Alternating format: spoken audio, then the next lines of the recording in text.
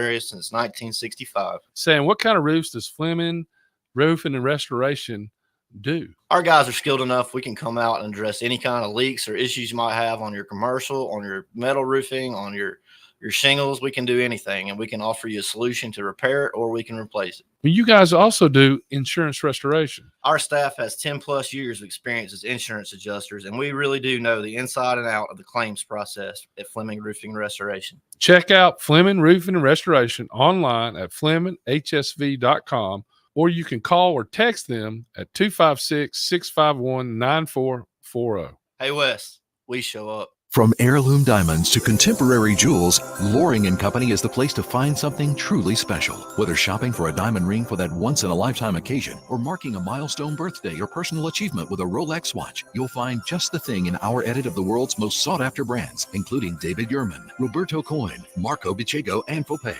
Expect a treasure trove of the world's most unique, even breathtaking earrings, rings, necklaces, and bracelets, making choosing just one piece a challenge in itself. Loring & Company Jewelers on Airport Road.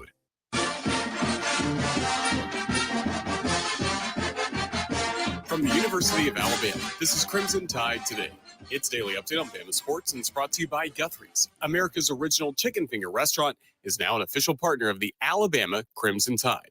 For franchise information, visit Guthrie'sChicken.com. Hello again, everybody. I'm Roger Hoover. On yesterday's edition of Crimson Drive, driven by NASCAR, we were joined by women's basketball head coach Christy Curry. Well, I think first and foremost, we recruit our roster from a year ago that could come back, and we have 8 amazing returnees. They're so committed to what we're doing, have much improved, each and every one of them in their own way, but we've added 6 new faces.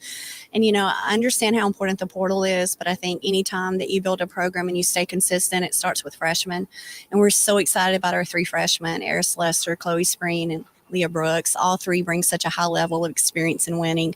We had 3 really important, amazing young women from the portal that bring a lot of experience. So I think we've blended the old with the new, and we're excited about the potential this team has. I think it has a lot of depth and versatility that maybe in the past we haven't had. I'll have more in a moment. Founded in Haleyville, Alabama in 1965 by Hal and Melissa Guthrie, Guthrie's was America's first chicken finger restaurant. Guthrie still uses the family's original Southern fried chicken recipe in every chicken finger they serve. Fresh, hot, and fast. Guthrie's Golden Fried Chicken Fingers has been Alabama owned and operated since 1965, and Guthrie's is still growing strong. Come see us soon. Guthrie's, America's original chicken finger restaurant, and now an official partner of the Alabama Crimson Tide. For franchise information, visit Guthrie'sChicken.com. We've got you covered for Alabama basketball on Monday. The women's game tips off at 5 p.m. with our radio coverage starting at 4:45 against New Orleans. Then the men's game will begin at 8 p.m. Central with coverage starting at 7 o'clock across the network. Crimson Tide Today is brought to you by Guthrie's. Crimson Tide Today is a production of the Crimson Tide Sports Network from Learfield.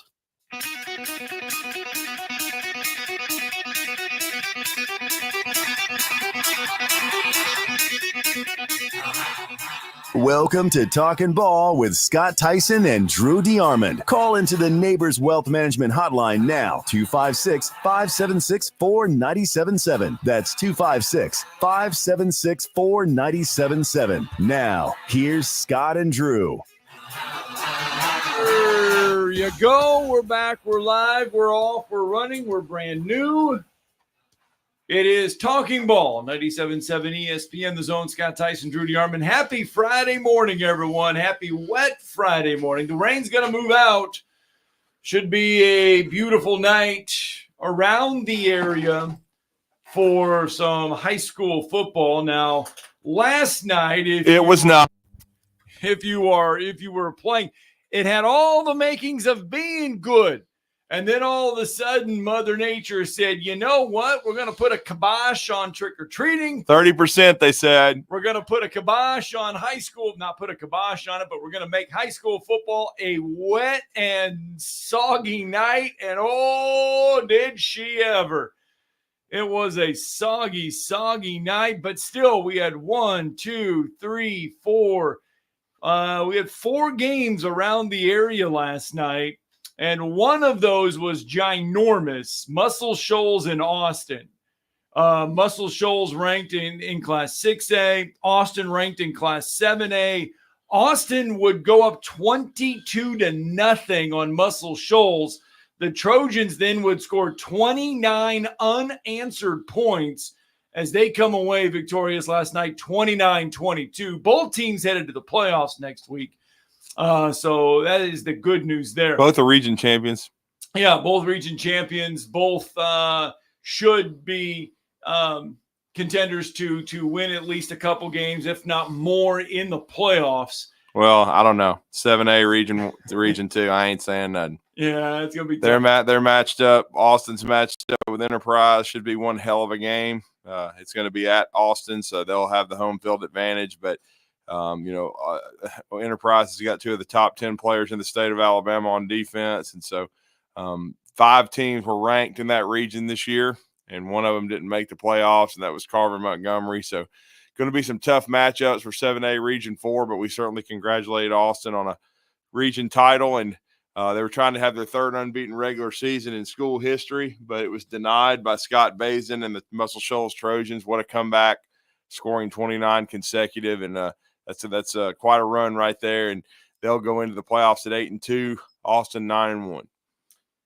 And then another action last night, a game that you had. Huntsville is victorious over Lee last night, 31-6, the final there. Yep, finally dried out. The 30% chance of rain was that 30% of everything would be wet.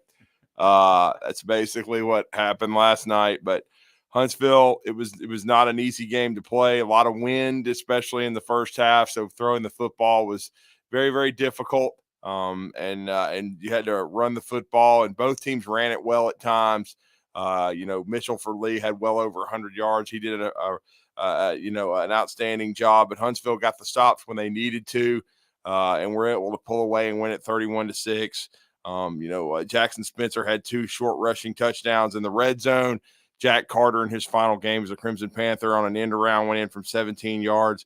Probably the biggest play of the game because at halftime, Huntsville had, only a 7-0 lead. So it was still kind of perilous there because it was field position football. But Neil Erskine returned the opening kickoff 68 yards of the second half for a touchdown. It was actually Huntsville's first kick return touchdown of the season. And so they were able to extend their lead there. And then later on, when they got a chance to play some younger guys, Jeremiah Lay went in from 9 yards out to close it out, but they win it 31-6. The kicking game was an adventure because of the weather conditions, but both sides played hard, and Huntsville goes out on a high note to finish 5-5 in Jimmy Gay's first year. Tough year for Irving McGuire, but I really thought his kids competed and played hard. They certainly didn't act like they were ready to pack stuff up. They competed and were physical. It's just Huntsville had just a little bit more, especially along the lines of scrimmage. Michael Chobe playing a little banged up, had a really good game as a sophomore at defensive end. And then I got to give John Blackburn, a senior defensive back, credit. He had the best game probably of his career. He had double-digit tackles, I'm sure. He was flying all over the place. But good win for the Panthers overall. And some we had some rain this year. And, we had to survive with a tent over at Madison City School Stadium during the James Clemens Huntsville game. But this was horrendous. This was mostly sideways rain. And then by the fourth quarter, it decided to come straight down. But still, it was a cooler rain last night, too. It was a little coming colder. Down in buckets, not just slightly. Oh. But Michael Steele and I enjoyed it. It was our first year calling Huntsville High football together, and certainly Coach Jimmy Gay setting I think a new culture over there, and it was good. It was a nice way to finish out the season. The action far from done last night. Buckhorn would get a 28-6 win over Grissom. Good win for the Bucks, man. That clinches a winning season, 6-4 in the regular season, headed to the playoffs to Oxford. Ooh, doesn't get much easier. No, that's a tough draw against Sam Adams' team, but hey, well-earned winning season by Buckhorn with how they've closed out the last 3 weeks, man, and one of our Bryant Bank teams of the week, and certainly it wasn't a jinx for them. They've responded well. And then over in the Shoals area last night, Rogers would take on Lexington. Both teams are headed to the playoffs next week. Rogers would get a 42-22 win. Rogers will travel to Gordo next week. Tough one. To open up the playoffs. Now, Lexington will travel to Falkville next week to open up the playoffs. Just down the road. Yep. And Blake Killen, remember the coach there of the Lexington Golden Bears. Really good young coach. Known him for a long time. His first head coaching job was over here at Randolph for a couple of years, and he's back at his alma mater at Lexington. And I know he's really excited to get back to the playoffs and continue to build that program.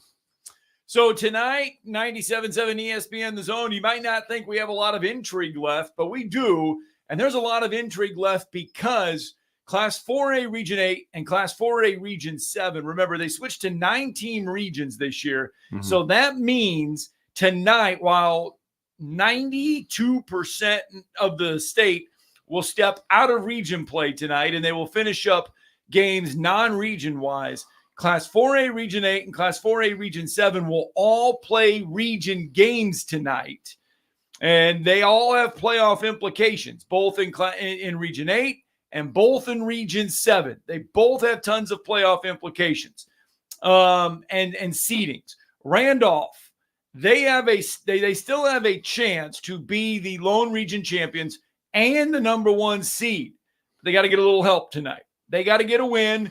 And they got to have North Jackson slip to DAR, and then the Raiders would be the number 1 seed. That's how that one has to play out, if that happens. And then Madison Academy and Westminster Christian Academy will meet each other. The winner will get the 3 seed. Whoever falls in that one will become the 4 seed. Both of them are headed to the playoffs. We know the 4 teams in that region that are going to the playoffs. We just don't know the seeds. We don't know the seed, and certainly the loser of that game would have to travel to the 2-time 4A finalist, Cherokee County. So that would be very difficult.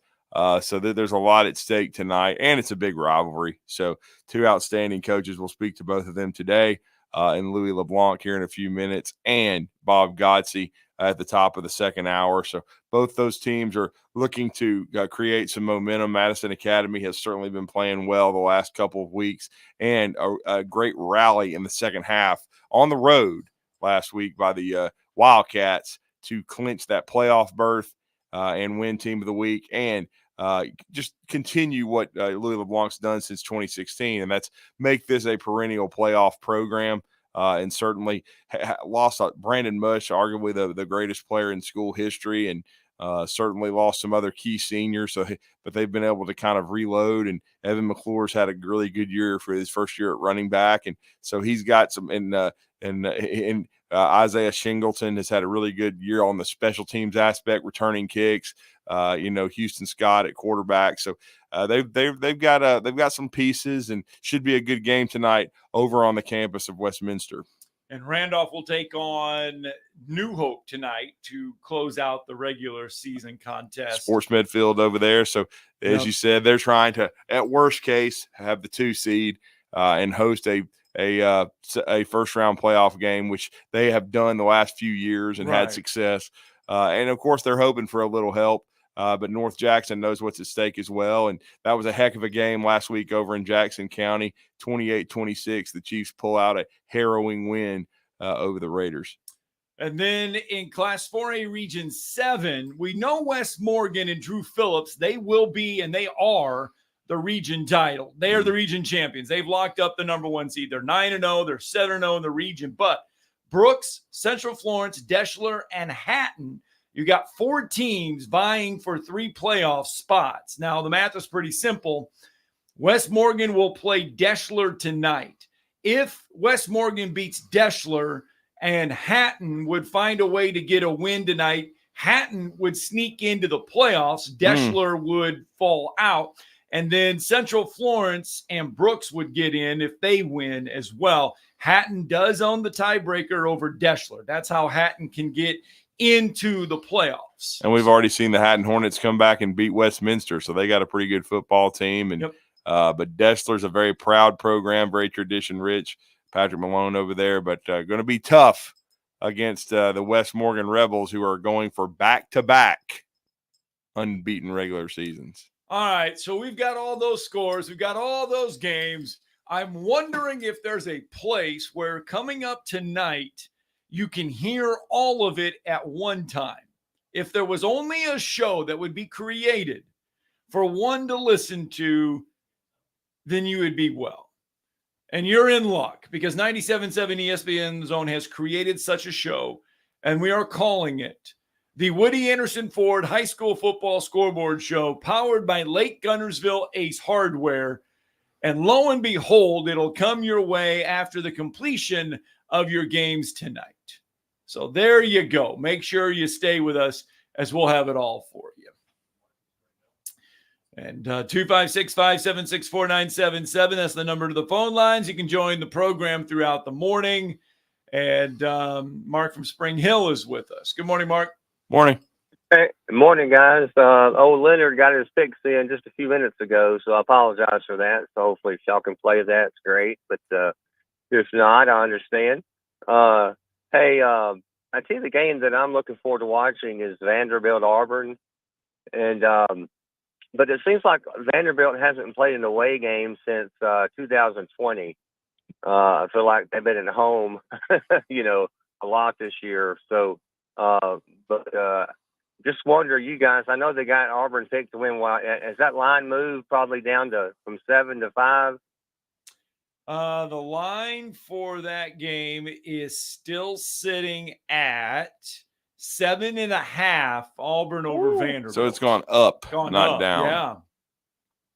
Wow. Is somebody heard on Vanderbilt's team? No, I not that we know of, but obviously they believe with a year's worth of film, at least it was, even though it was with a different squad, that Auburn is going to be more prepared than they were a year ago when he was at New Mexico State. Drew, what do you think when the clock goes 0-0-0-0 and everyone looks around? Who's going to win that game? I think Auburn will win it 28-24. So I would take Vandy, but I think Auburn's going to find a way to win a close one. Well, you're right. It is at home, and you can ask Kirby Smart and ask Nick Saban and ask Drew. It's hard to beat Auburn at home. Yeah, and I don't care. Even Alabama, Auburn this year in Tuscaloosa, that game's always a crazy game, and you never can tell what you're going to get. But I just the other game that might shock some people is the Georgia-Florida game. I think it's going to be a game in the fourth quarter. Would you agree or disagree with that? I lean to not thinking so. I think it might be a game for a half. I think it'll depend on Lagway if he can, not make mistakes. But I really think right now, I think yesterday it was 16.5. 14.5. No, it's right gone now. down. It's Oh, okay. I saw it one place. It was 16.5. So it's down. So out there, they're thinking that Georgia may have a little trouble and that Florida can stay in the game.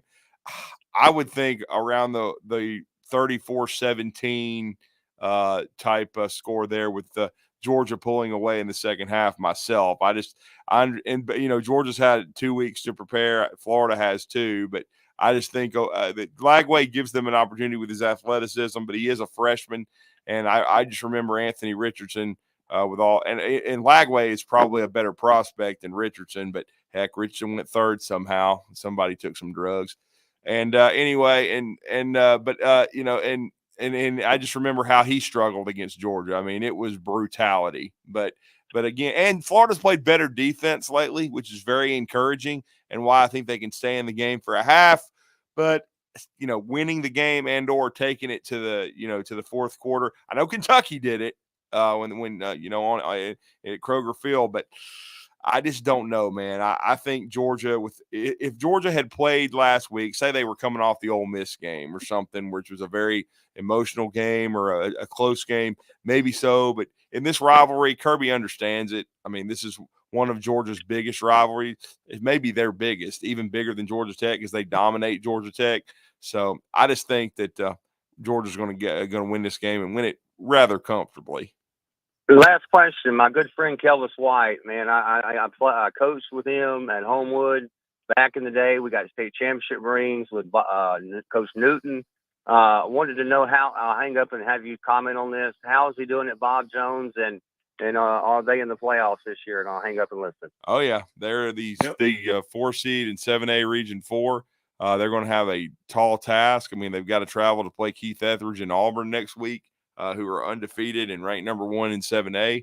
But he's got a really explosive offense, a lot of weapons, outstanding tailback, 2 or 3 really good receivers, and a senior QB. All these guys, all of the skilled guys are seniors, big offensive line. They have as good an offense as there is in 7A Region 4, as good as Austin. Now, Austin's defense, I think, was a little bit better, and that's why they won a region title. But if you go back and look at it, Bob Jones, they lost 4 games where they had a chance to win them all. I mean, they had a lead against Gadsden City out of the region, and Gadsden City's in the playoffs as well in 6A, but they lost that on the road. And then we know they lost at the gun to both Florence and in the Madison Bowl against James Clemens, and lost 42-28 in a high-scoring affair to the region champion Austin Black Bears. So, yes, absolutely, Bob Jones has got some talent and some speed, and they're going to have to score some points against Auburn. I mean, this is a talented Auburn team, but they have the capability of making explosive plays, which is what you need.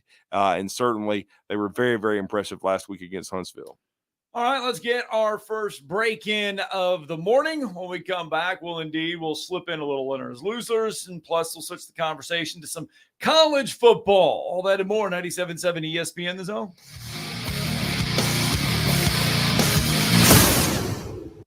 You're listening to Talkin' Ball on 97.7 ESPN The Zone. Got a minor accident eastbound 565 right about Glen Hearn. Traffic's moving there. It's just slowing down because of the blue lights. Got one at McKee Road in Love Branch that's recorded as an injury type. And we got one southbound on the Parkway near Martin Road that reported as a no injury. Got some fog this morning. If you got a long way to go, that one may slow you down a bit. 2030 Fast Track can make your clothes fall off. Greg lost 92 pounds in 6 months on the plan. Our free hormone quiz will tell you if it can work for you. 2030huntsville.com. Captain Eck in the Valley Skywatch Traffic Center. Ann Adams with Berkshire Hathaway Rise Real Estate is the one name to know if you're buying or selling real estate. With years of local experience, Ann Adams offers buyers in-depth knowledge of the local housing market and will narrow available properties down to those you'll be interested in so you can save time when shopping for your new home. If you're ready to sell, Ann offers a seamless process using accurate pricing and expert negotiation skills to make sure you get a fair price for your home. Call Ann Adams today at 256-337-2625 or log on bhhsriserealestate.com. Hi folks, Bobby White back again for Woody Anderson Ford, inviting you to come test drive any one of our over 100 F-150s. From rock-solid, dependable work trucks to our state-of-the-art Platinum Series, we've got an F-150 for you. Test drive one today, and you'll understand why the F-150 is the best-selling truck in America, going on 48 years in a row. Just as successful offenses and defenses are built on teamwork, Woody Anderson Ford is powered by our people. Our sales and service teams are well-trained to save you time and money. And because we want your business again and again, no one will work harder to earn it. Our mobile service teams come to your home or business for oil changes, brake work, tire rotations, and more. And the great thing is you don't pay extra for it. We come to you with mobile service at no extra charge. Proud to be local, family-owned, and at your service for over 62 years. Woody Anderson Ford, Alabama's F-150 Superstore. You don't have to go somewhere else just so you can go somewhere new.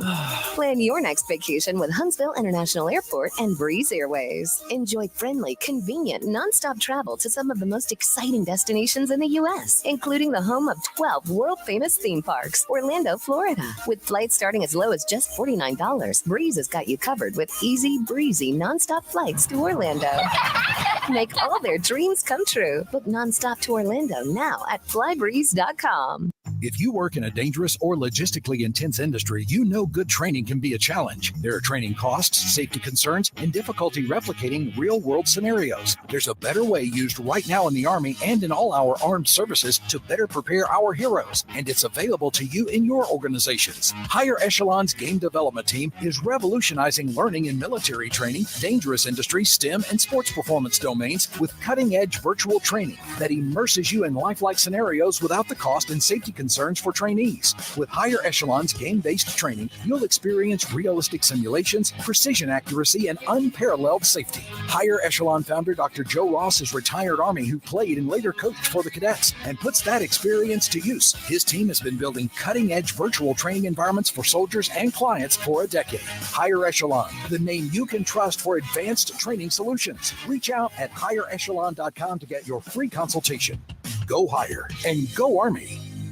The SEC Football Championship Game, the College Football Playoffs, plus the College Football National Championship Game all play right here. It'll be first and goal, Alabama. The Tennessee Valley's home of ESPN Radio, 97.7 The Zone.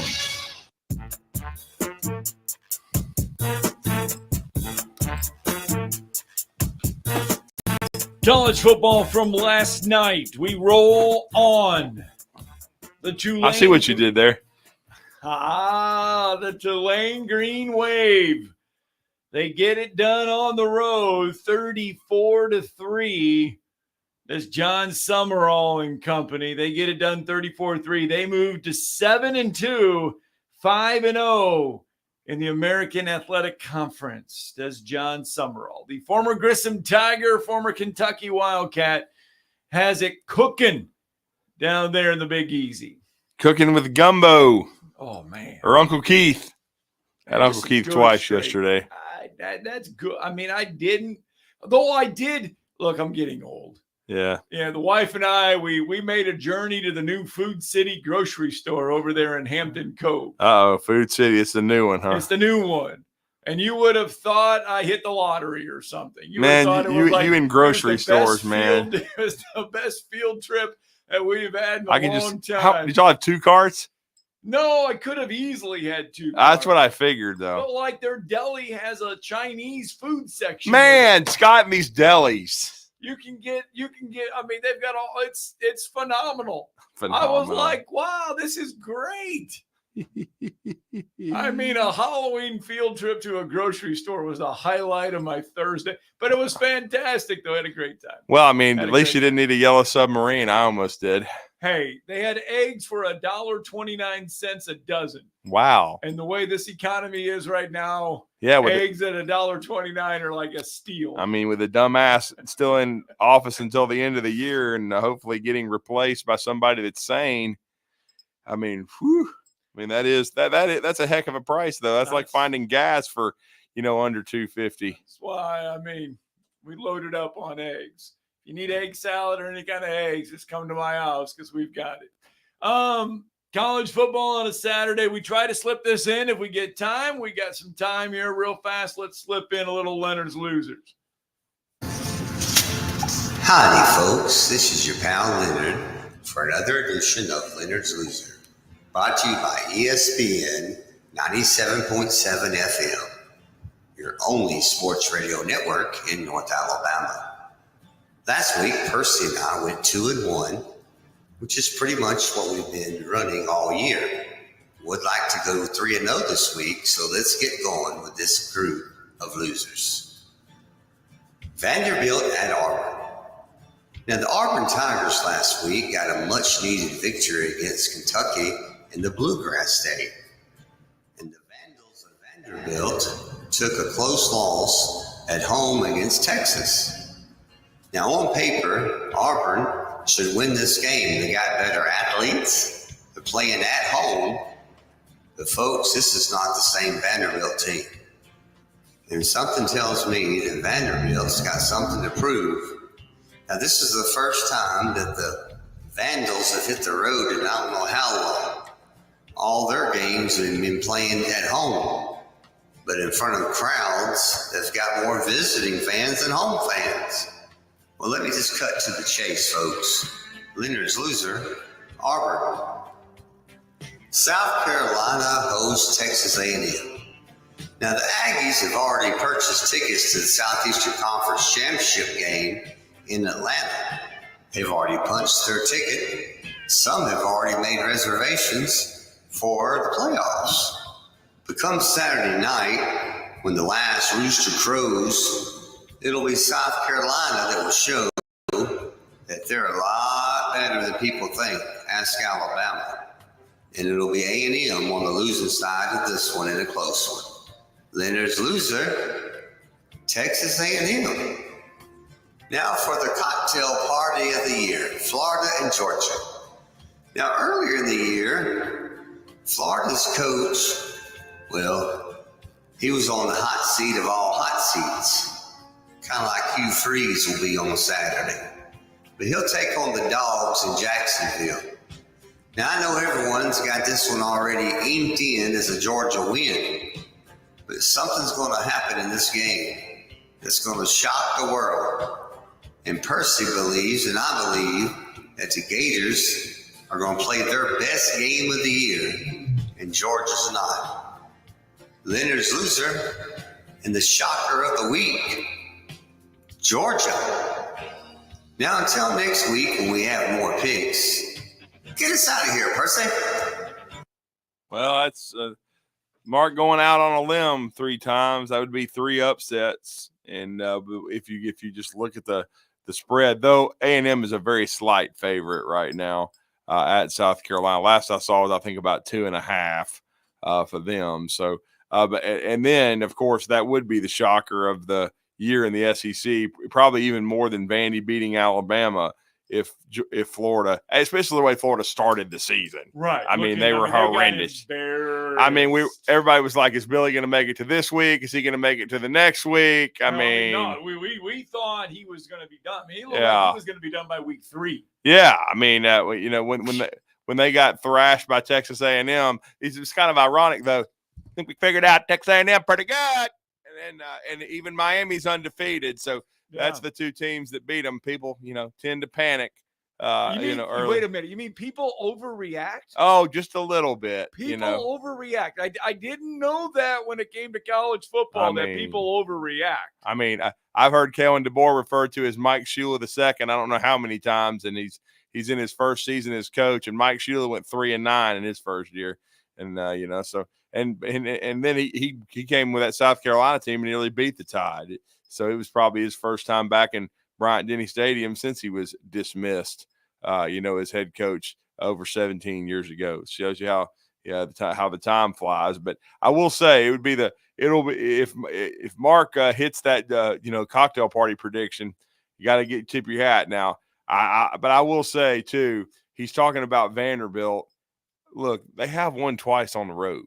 They won at Kentucky, and they were very impressive in the way they handled themselves, I thought. And then they nearly won at Missouri. That ended up being a double overtime loss. So they've played pretty. The one that's in their crawl is the Georgia. Oh State yeah, that's was a 36-32 loss. Yes. I mean, so that's the one that just keeps the stigma of Vandy being Vandy. Yeah. There, you don't lose that one, and then you're like, wow, okay. Yeah. But that's that stigma there of Vandy being Vandy. They still need one more win, though. They need one more win to be bowl eligible. Yeah, and this will be a tough one. Auburn's playing better football, and all of Vandy's games have been close, except for when they had a blowout win in week 2, and again they beat a good Virginia Tech team at home the first week of the season. But again. Vanderbilt, it's going to be a close game with Auburn, I think, no matter what. I just got a feeling that Auburn's probably going to find a way to pull this one out. All right, we've got to get a break in because when we come back, we're going to kind of mix and mingle high school football, college football, like we do each and every Friday here. But we've got to get a break in because our good friend Louis LeBlanc is going to join us from Westminster Christian Academy coming up next. He's got a big one tonight. They've got Madison Academy at home. Will they be a 3 seed or a 4 seed? We'll preview the matchup coming up next. You're listening to Talkin' Ball on 97.7 ESPN, The Zone. From the Fox 54 Weather Center, I'm Chief Meteorologist Jordan Dressman. A mostly sunny sky this afternoon. Temperature is going to be in the mid-80s. It is going to be a warm evening for Friday night football. In many cases, We're talking about football games with temperatures somewhere in the 70s. We do eventually fall into the low 60s as we head into the overnight early into your Saturday morning.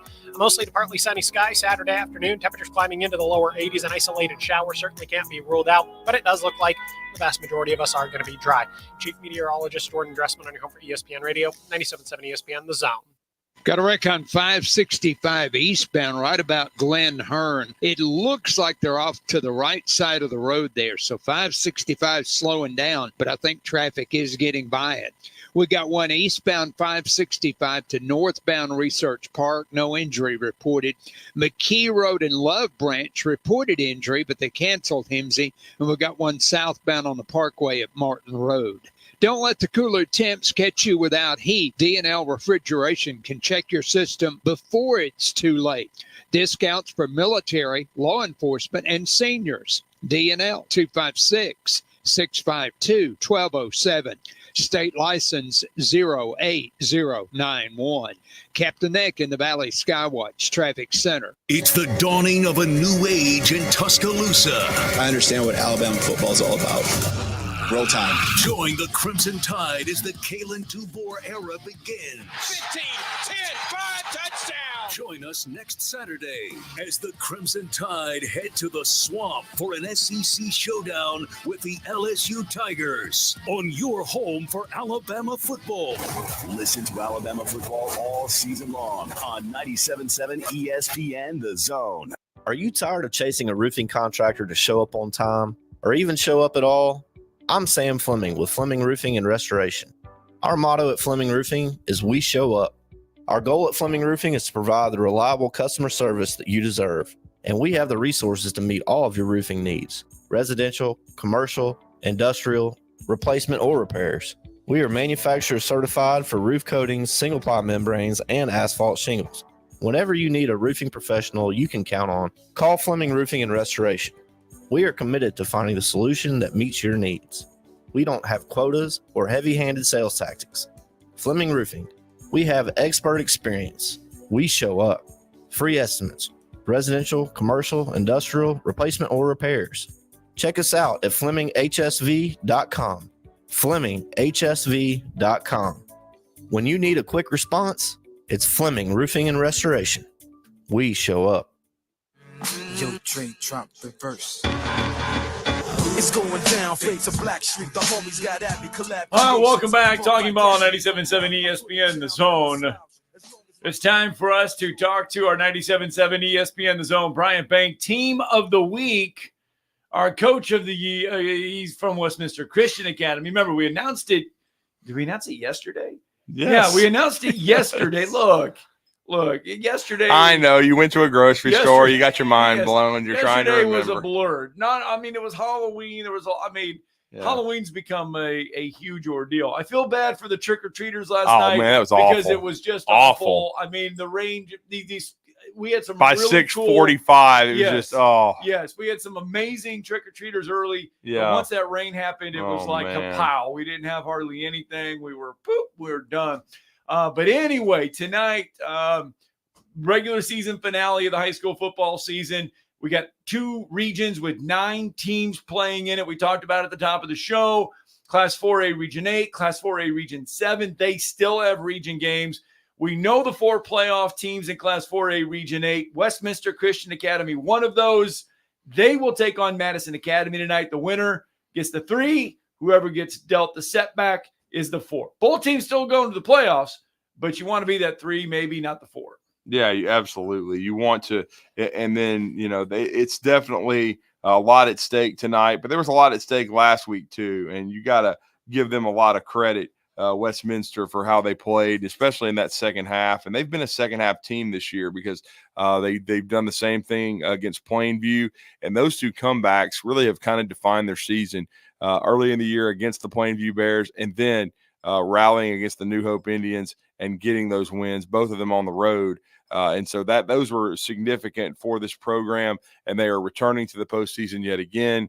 And it's been an honor to have our airwaves be the home of the Westminster Christian Academy football program. And tonight it will be Josh Carey and Jimmy Lay on the call And also give a shout out to Logan Barandas, who did the first half of the season. He did a great job. But the Wildcats will be hosting the Madison Academy Mustangs. Big rivalry, a lot of respect on both sides, and they're playing for the 3 seed in 4A Region 8. And Louis LeBlanc has been kind enough to join us on the Neighbors Wealth Management Hotline. Coach, good morning. Hope you're staying dry, man. It was a yellow submarine for us last night. Good morning. Same here. We got out of practice, and man, the bottom fell out. Yeah. So how did that? So did you guys get it in? How did it affect preparation at all, Coach? It was fine. We got our practice in, and we have a little ceremony we do with the seniors the night before senior night, and we moved that indoors. But other than that, the rain wasn't a big problem for us. Yeah, Coach, look, on this show, we share all kinds of stuff, but I do got to ask you this week at practice was a little bit special for you this week. You had a special moment with you and your son Some awesome there stuff, at man. practice. Saw this yesterday. Yep.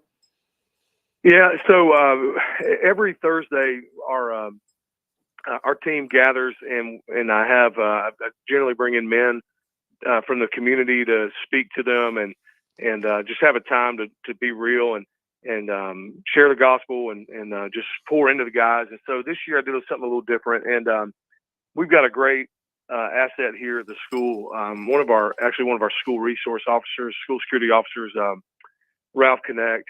He and I have talked a lot over the last year about just how to pour into kids and disciple them. And so I've been letting him speak every week to the team, which has been amazing. And during that time, there's some special things that have happened on our team and some really amazing events. And as a product of that, my son wanted to be baptized. And so we met with our pastor last week, and then he said he wanted to be baptized in front of his team after practice. So that's what we did Wednesday. And my pastor came and just addressed the team briefly. And then I got a chance to baptize my son. And so it was a special moment, something that he really wanted. And I was thankful he wanted to do it and share that with his team. And it was really nice.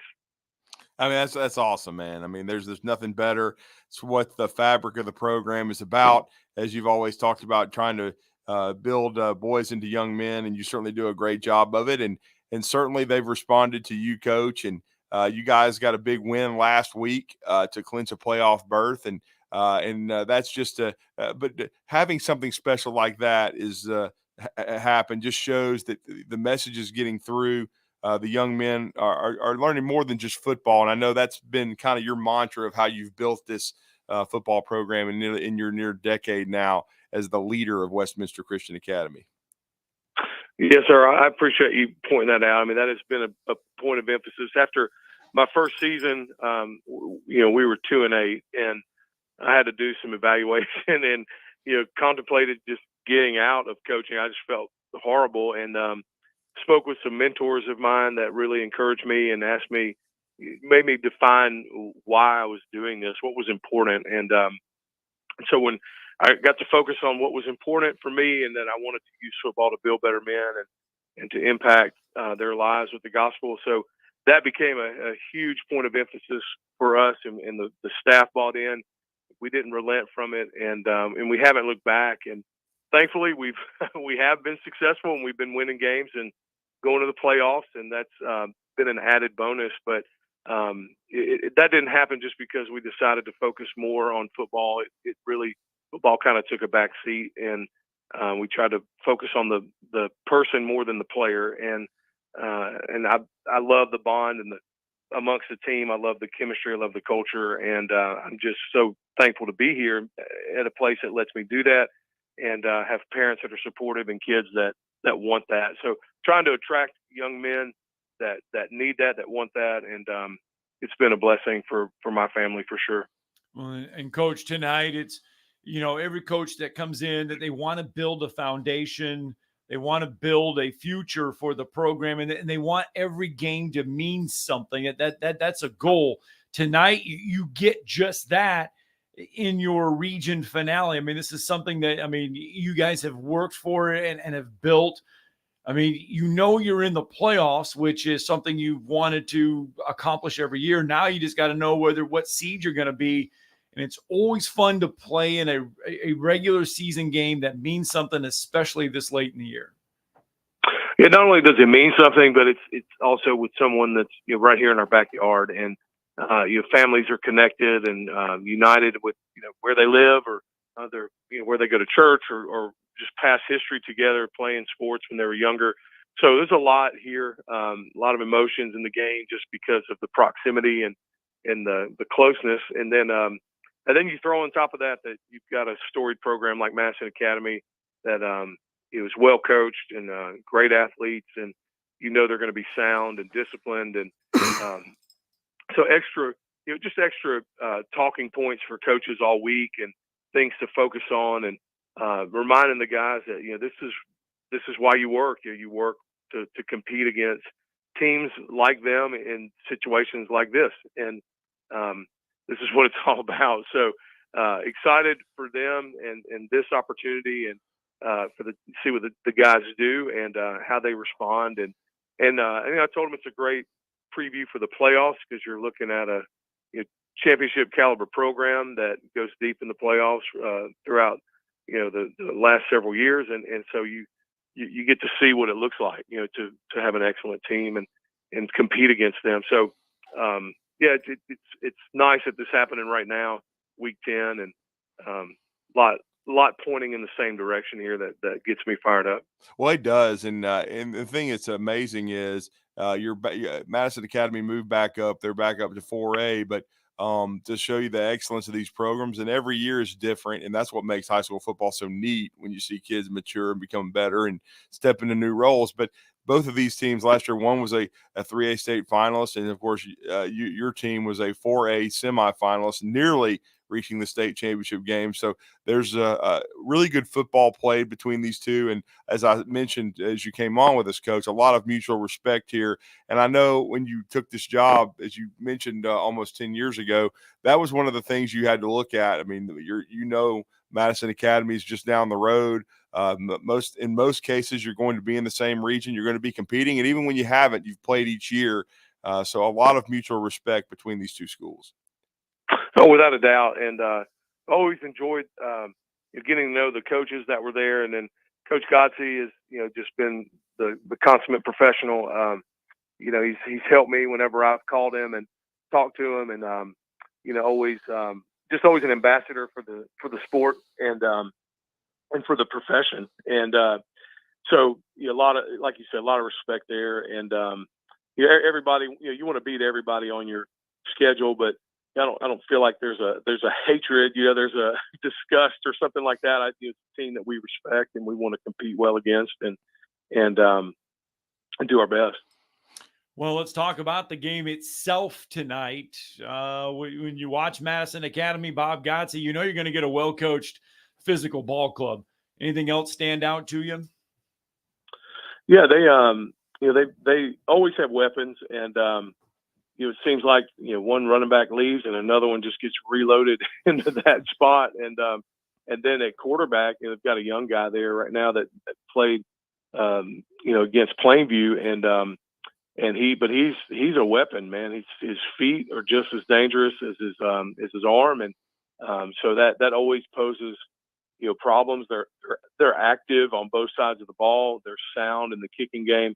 So when you look for things to exploit, the list is short.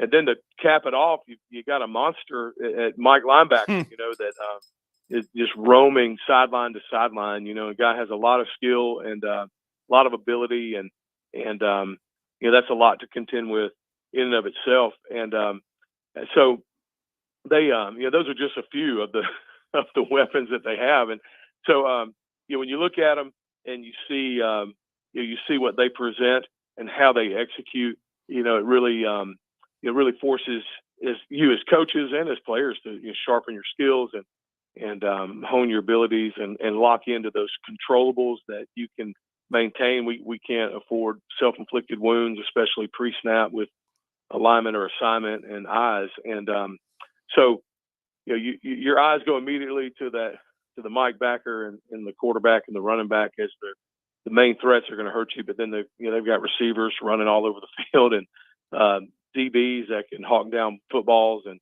defensive line that can get after it. So and they're a complete football team for sure. And Coach, I know just coming off of that win last week, it was, I guess the best way for me to put it was a grind out effort. I mean, Evan had 24 carries, 98 yards. He also did a nice job as a receiver. Houston Scott, 22 of 34. But everything, and a lot of times it's a good thing. It seemed as though that was a hard football game, one you had to earn on the road. That it was almost like a playoff game because you had to win to get in. Oh, for sure. And I didn't know what was going to happen against New Hope. I mean, the amount of points that they put up, right? Some of the injuries that we have, and guys stepping up into spots to meet those needs, and I felt like the defensive coaches put in a great plan. We gave up 7 on defense. We did have a pick 6, but I thought they did a great plan of implementing the plan, and then the players executed it to try to neutralize some of the things that New Hope was doing. And they put a steamroller at running back, and man, we had to figure out how to get that guy on the ground. And it was a good challenge for our guys. And then offensively, we stumbled a little bit at the beginning, but really challenged those guys to come out and execute, and they responded. And it was the kind of game that you love having, where you can go back and teach so many things from the film and correct, but at the same time you're doing it on the foundation of a win, which hopefully makes that correction stick a little bit longer than if you're trying to lick your wounds from a loss. And I was so proud of the offense in I guess it was the third quarter. We're still down at this point by 14-7, and we had 3 penalties in a row, and a hold, a block in the back, and a false start, and something else, and it was first and 35. And, oh wow! And so you're staring that and down the barrel of that gun, and your offense has struggled, but I think there was a timeout, and Coach Riley rallied the troops there, and they went out, and we don't have to get 35 yards in one play. It's first down. So threw a screen to Evan, and he got about, I can't even remember, like 24 of them back, and then we just slowly got the rest of it, and then the guys put together the rest of the drive, and we scored. I told the coaches when they come off the field, we need to act like they just won the Super Bowl, because that was an amazing thing for them to overcome. And especially on the road, and feeling like the whole world is against you in that moment. And they did a great job. And then we had a 4th and 4 we had to convert later in the game. And Coach Sloan delved deep into his bag of tricks on punt team, and we had a fake punt all lined up. And Carson Tinsley, who is also just a weapon for us in so many facets of the game, he took the direct snap and got 5 yards out of it, and kept the offense back, put the offense back on the field, and then they went down and had the go-ahead touchdown. So really cool moments for our team, doing some things that we've been working on all year, and we finally got to execute them in a game. Marshall Lindsay, one of our offensive linemen, had 2 rushing touchdowns out of Wishbone, and we haven't done that since Plainview. And so those were big moments, for the team. They were special moments where hey, we've been practicing this, and we're calling your name, and we're gonna do this, and it's your time. And seeing guys respond to that was awesome, especially in the last 4 years, where Mush was always that guy, Yeah. and we had great supporting cast around him, but there was that Superman mentality in the back of everybody's mind. Man, Mush is gonna do something, and oftentimes he did, and so when you didn't have that guy, you don't have that guy this year. You see these guys have confidence in what they've been practicing, and then going out there and having the courage to execute is special, especially when it is on the road for a game that's going to help determine if you even make the playoffs or not. That kind of pressure you just can't simulate in practice. So to see them have confidence in their training was just something, as a coach, made you excited. Well, Westminster head coach Louis LeBlanc with us. Coach, we also got to ask you, though, not only you are not about tonight's game, but you are this week's 97.7 ESPN The Zone Brian Bank Team of the Week. So we've got to ask you, how does that one feel as well? Oh, any time that our program can get recognized and honored is truly special. Obviously that's not what we work for. We're really focused on the things that that matter as far as like their character and the culture of the team and their effort and desire. But we tell them if you do those things and you do them well, then you're going to get noticed. And we don't ever talk about winning, and we talk about doing the things that are necessary to win, so that when you do have someone that comes in and wants to honor the team like that, it really is special. Again, it's not the measure of why we work, but it sure does help complement why we work, and helps reinforce why we work and why we focus on the right things and try to do it the way we feel is right here. So this makes us extremely thankful. It's not something that's expected, but it is definitely something that is appreciated. And so it's cool for the guys, and I'm excited for them to hear that news today. Well, we're really excited as well. It's going to be senior night, going to be emotional.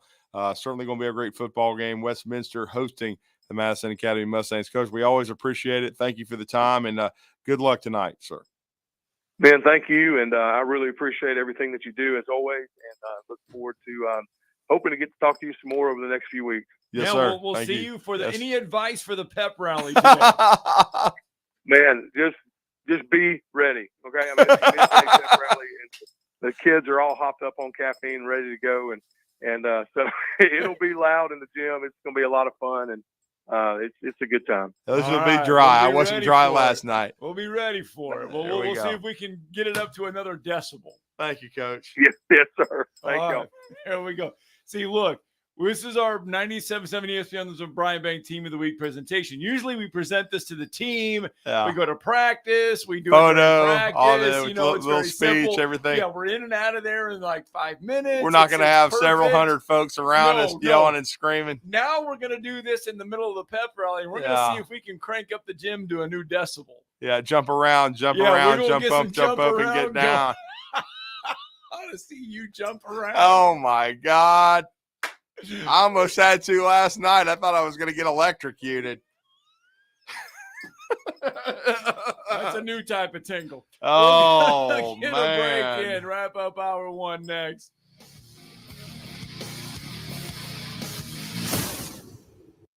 You're listening to Talkin' Ball on 97.7 ESPN The Zone. Had a wreck on the Parkway just south of 565. That one reported with a minor injury. They had the middle of the road blocked up there. They've just moved it to the side, so we're going to get southbound moving again. But you be careful in that stacked up traffic. Hopefully we won't have another one. Madison Boulevard in Slaughter reported as an injury type. Still may be trying to clear eastbound 565 to northbound Research Park, and southbound on the Parkway at Martin Road was still working. Sounds like they're about to clear it. Expert heart care backed by advanced technology. When you need cardiac care, you need the heart doctor. Dr. Randall Burns and the team at Huntsville Heart Specialists on Bob Wallace Avenue. Captain Nick in the Valley Skywatch Traffic Center. Tom Luganville here for my friends at Woody Anderson Ford. Bobby White and his team take great pride in their service department, and you can see it the moment you walk into those beautiful new service lanes. And just like a championship team, they all work together to make sure your experience is second to none, whether you drive a Ford or not. Also, check out the gold certified pre-owned inventory at Woody Anderson Ford for great deals every day. Stop by and see them at Jordan and Sparkman or at Woody Anderson of Madison on Hughes Road, or visit WoodyAndersonFord.com.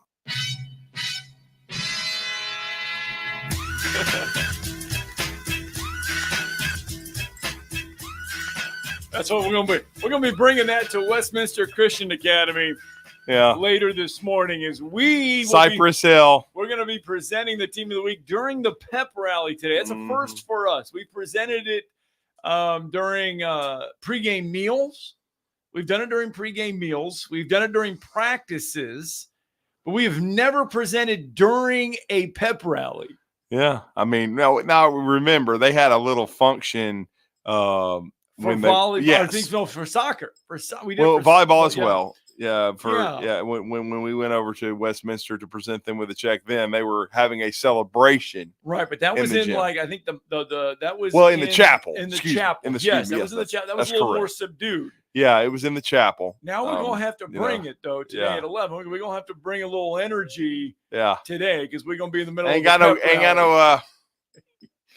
caffeine in there. You might need to get a 2-liter. I don't know. Oh, yeah, I've brought one of those before. How much were the 2 liters at the new place yesterday, by the way? Oh, they had them on sale. Right now. Man, did they have Christmas tree cakes? They have their grand opening sale going on right Did now. They have the donuts? I still hadn't found the donuts, man. Their donuts. They have their homemade donuts in there. Let me tell you, you can't go wrong. Anyway, man, I'm all excited about a grocery store. I know. All right, we're just about done with hour number 1 here this morning on Talking Ball, 97.7 ESPN The Zone. We're going to continue the conversation in hour number 2, high school football. Bob Godsey going to join us, courtesy of our good friends over at SportsMed Orthopedic Surgery and Spine Center, the Madison Academy Mustangs, again, taking on Westminster Christian Academy. And we'll have those games for you on 97.7 ESPN The Zone. So if you want to listen to the Westminster Christian side, you can tune in on Zone 5, 97.7 ESPN The Zone, 5. And then you got Steve Moulton and Glenn Laird there on Madison Academy broadcasts. So we'll have that for you. Got it covered from both sides. Yeah, we do. We do. We don't just do anything half-assed. We do it all the way. Well, Scott's stepping up. No, that's okay. And I got to correct myself. Vanderbilt has won once on the road at Kentucky. Should have won at Georgia State. We all talked about the crawl games. Steve and Scott have talked about it. Steve on the drive and Scott today mentioned it sticking in their craw. But, they should have won that game. Did not pull it out. But look, they should have won 2 of their 3 road games. They could have won all three. They were within a play of beating Missouri. I keep almost treating that as a win, but they did lose. Beat Kentucky on the road. They did. But they've got Auburn, LSU on the road left. That's their 2 road games, Auburn and LSU. I don't give them much chance there in Baton Rouge. I didn't give them much chance, I guess. Heck, I don't know. When it comes to Vanderbilt right now, they're the biggest outlier of all of this conversation. Because when we were sitting in Dallas, it was maybe 2 wins for this Vanderbilt Commodore team, period. Georgia State and Ball State. Was the only guaranteed win. Alcorn, my bad. And Alcorn, but then they lost one of those to Georgia State.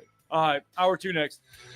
This is Brent Musburger's VSiN Action Update on 97.7 ESPN The Zone. This action update is brought to you by G-Bank. Earn cashback rewards on every eligible gaming transaction. VSiN.com/Gbank.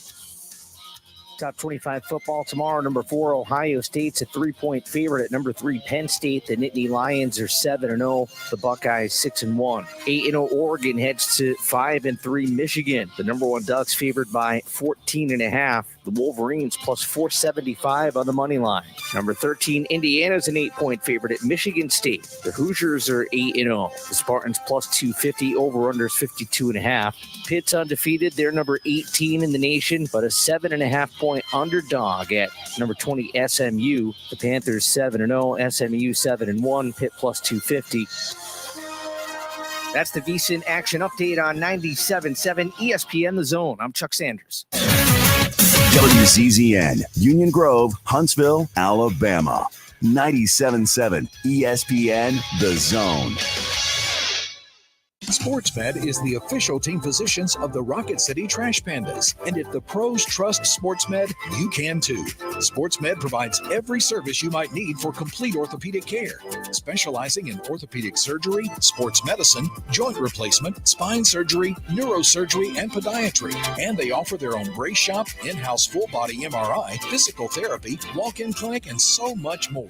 4 locations and on the web at sportsmedalabama.com. This hour brought to you by SportsMed Orthopedic and Spine Center. Online at sportsmedalabama.com.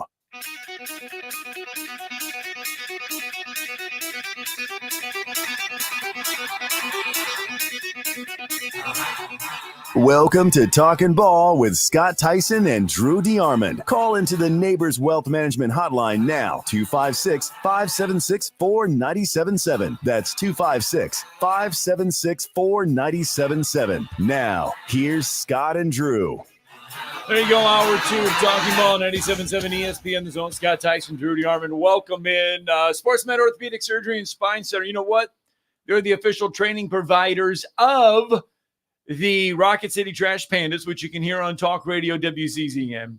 They're the official training providers of the UAH Chargers, which, by the way, 1 week from tonight or 1 week from today, we will have our first UAH Charger game as the Chargers head down to Montevallo for a little crossover action. We'll have that for you on 97.7 ESPN The Zone. And they are also the official training providers for the Madison Academy Mustangs, which you can hear right here on 97.7 ESPN The Zone as well. Tonight, those Mustangs are taking on Westminster Christian Academy, the Wildcats. Winner gets the 3 seed. Whoever falls gets the 4 seed. We heard from Louis LeBlanc there in hour number 1 from the Wildcats' perspective. Now we get to drop in on the Mustangs huddle. Yeah, no question about it. It's going to be an exciting night over at Westminster Christian Academy. It'll be senior night for the Wildcats, but the Madison Academy Mustangs are coming off a very emotional win, 24-16 at Bill Washington Stadium against the Plainview Bears. That also locked up their playoff berth. Now they're playing for seeding.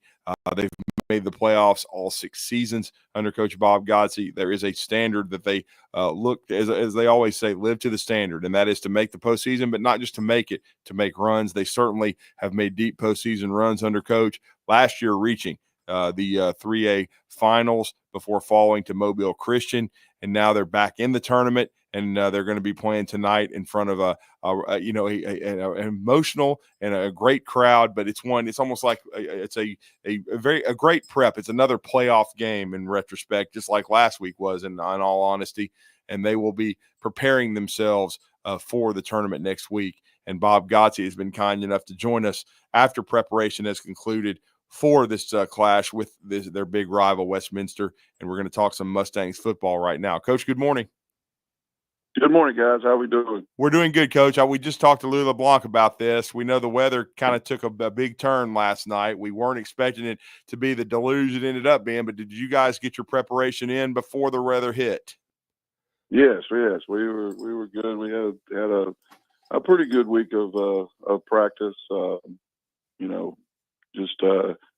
Things change as the season goes on in terms of how you have to practice, and everything's a learning experience. And as you get late in the year and your practice routines begin to change just a little bit, anytime you take these 15, 16, really 14, 15, 16-year-old out of a typical routine, there's always some adjusting to be done. But overall, a good week for us.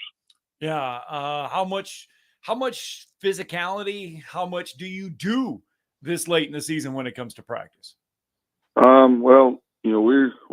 try to pick our spots in terms of when we do those things. And I think that's, it's oftentimes tougher on the younger, kids, the kids that are your scout team players and things of that nature, that, it takes them a little bit longer maybe to get up to speed than it does maybe your older guys who have been there and done that before. A physical game last week as well. So, a lot of guys, that we're trying to take care of and not bang them around too much, and that type thing, which is just part of being late in the year and being in the playoffs. So, once again, it's always an adjustment period for everyone, but you're still looking for that speed. You're still looking for them to keep up the energy, and then a huge emphasis put on the mental part of it. Always is that important, but this becomes even more important as you back down a little bit physically. Well, Coach, it certainly was a hard-fought win. We talked to Louis LeBlanc about their win on the road at New Hope, and it was emotional, and it was a big win for them to get in. But you talked about how much Plainview had improved and what you'd seen on film. You talked about their length and their size, and they were big on both lines of scrimmage. but your team responded. There was a lot of adversity created in this game, but to, allow them 4 trips inside the 5, but only 3 points, that's a big time gut check for your football team. Well, we needed a win like that. This team had not had one. We've been close a few times in those situations to where we just couldn't finish it off. And like you said, there was some big time adversity. A lot of that we created for ourselves with turnovers and things like that. But that's the way it goes. That's just part of it. But we needed to have to gut one out. And just really proud of our guys, continuing to play hard and coming up with the plays that you got to have. And that's what this time of year is about. It's making those 2, 3 plays, 4, 5 plays a game that you have to make the difference. You play all night for those, 4 or 5 plays, and just proud of our guys to come up with the stops that we needed to. Had a big, I think we had 290 plus yard drives for points,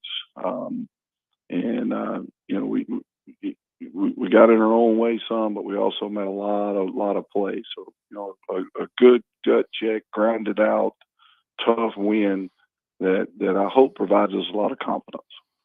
Yeah, anytime you face Plainview, though, I mean, offensively, you better have a great plan, because defensively, man, they know how to coach a little bit of defense over there in Plainview. They do. I mean, obviously, Coach Pruitt needs no introduction. He's been putting out good high school football teams for a long time, and is an outstanding man. And then, of course, Jeremy's there with him, and Plainview has a proud history and tradition as well of playing really, really good football. So good win for us, and good win for our guys once again, and hope that provides us some a lot of confidence moving into the playoffs.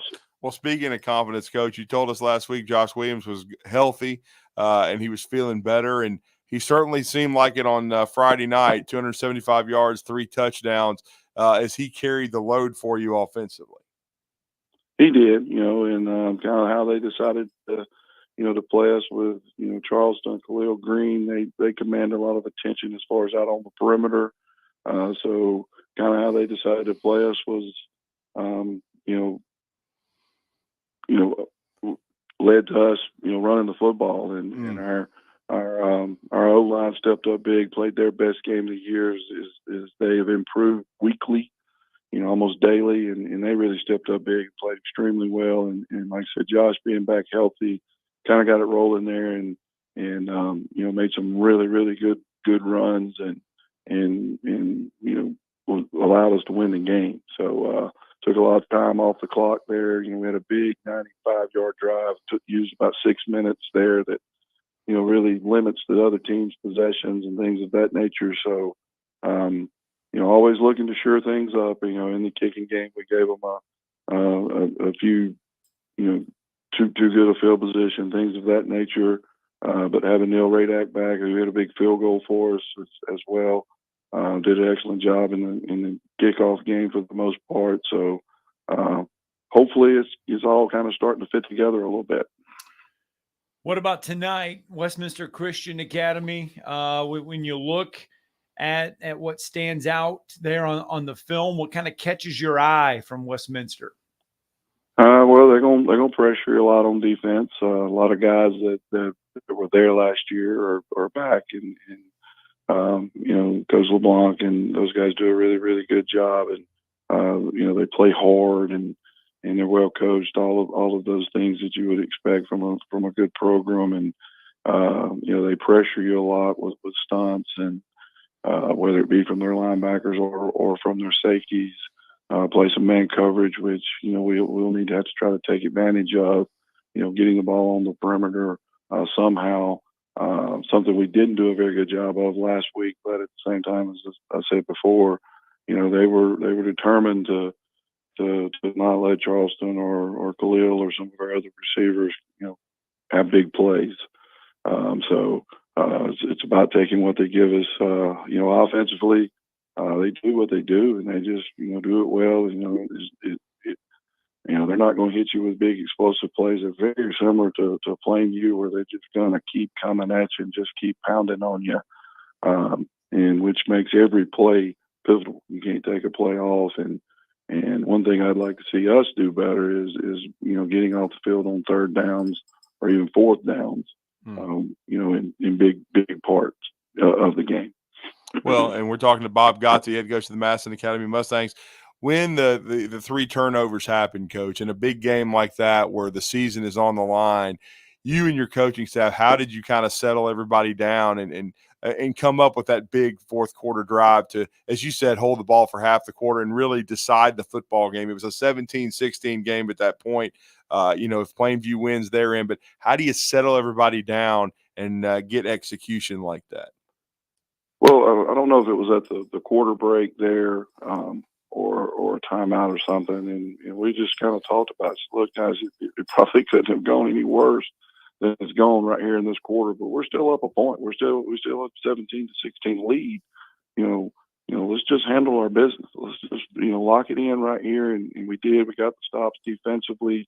We had moved the ball all night when we didn't get in our own way. We got behind the chains, with penalties. And then we turned it over on, third downs. You're going to get some of that with younger players, where really we should have just, eat the ball and kick it. But that's also one of the things there is Charleston's unwillingness to give up on a play. He makes a lot of plays doing that. And we're learning there, but a lot of it was just, identifying the situation, understanding what we needed to do. And I felt like, our guys were confident at that time.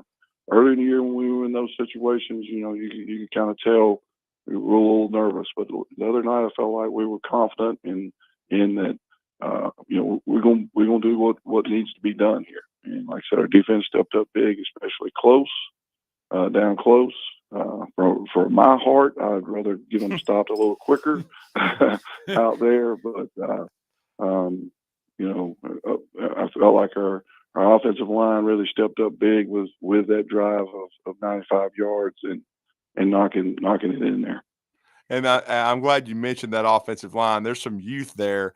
You had to replace some outstanding players that played with 3 or 4 year starters for you at the conclusion of last season. Talk about that's kind of a watershed moment for those young men as they are getting ready to play tonight in another big game and then going on into their first playoff experience. Well, it's been kind of fun as you stand behind them and watch them, or even watch some film after practice of them, and then we watch film together with those guys, in the mornings before school, and how everything has changed, and with those guys, the confidence that they have sitting in the meetings, because we have grown from we got to be able to do this, and there be nothing up there to where now we're kind of fine tuning some things, but we start one freshman, that gets better every week. Luke's an outstanding young man, and he's getting better every week up there, and he's kind of got thrust into action. As a freshman, he's still a freshman, but he continues to get better. He makes very few mental mistakes. A lot of the time, trouble that maybe he gets into comes from just being a freshman. And then we have 2 sophomores that are starting for their first year that continue to grow and to get better. One of those really is new to football. He's only in his second year of football and coming off an injury on top of that. So he just continues to grow. And Devin Johnson and Slade Glover, both of those guys are playing extremely well. And then you got, A.J. Seaton, who's our only returning starter. That's kind of been the stalemate in there. We added Donovan Dubose at center, and those 2 guys have kind of been the rock in there. It's kind of held things together, and that group doesn't say a whole lot. They just show up and work every day, and the look on their faces as they came off the field after that drive was obviously a look of accomplishment and hopefully a lot of confidence. Well, Coach, it's always fun to be playing in meaningful games. Now, next week you get playoffs, and that's about as high as it can get. But this week, though, it does mean a little something, though. It's always fun to be playing in meaningful games when that calendar hits November. You're exactly right, and I mean, we're at Madison Academy, and we're used to playing in meaningful games, and that's why you do this. I hope as a competitor and as an athlete, you want to be in games, like this, and then as you said, next week and on into the playoffs, and it's why you do all the off season work and the summer work and all the grinding that we did to get to this point to put ourselves. And we've talked a lot about that in terms of we've worked hard to get in this position to create these meaningful moments, and now let's take advantage of it. And big rival game, crosstown rival, two private schools, a lot on the line as far as playoff implications and seeding to go, and two well coached teams, or at least I hope our team is well coached, and should be just a great night. Well, we certainly are hoping so. It'll be Steve Moulton, Glenn later on the call. You can hear it on 97.7 The Zone, our high school streaming network. We are honored to be the home of the Madison Academy Mustangs and have been for many years. Safe travels and good luck tonight, Coach, and we always appreciate the time. Thank you, guys. Appreciate y'all. Madison Academy head coach Bob Gotze, kind enough to spend a few minutes with us ahead of tonight's game with Westminster Christian Academy. You'll be able to hear all of that action tonight. Let's get a break in. Talking Ball 97.7 ESPN. The Zone returns.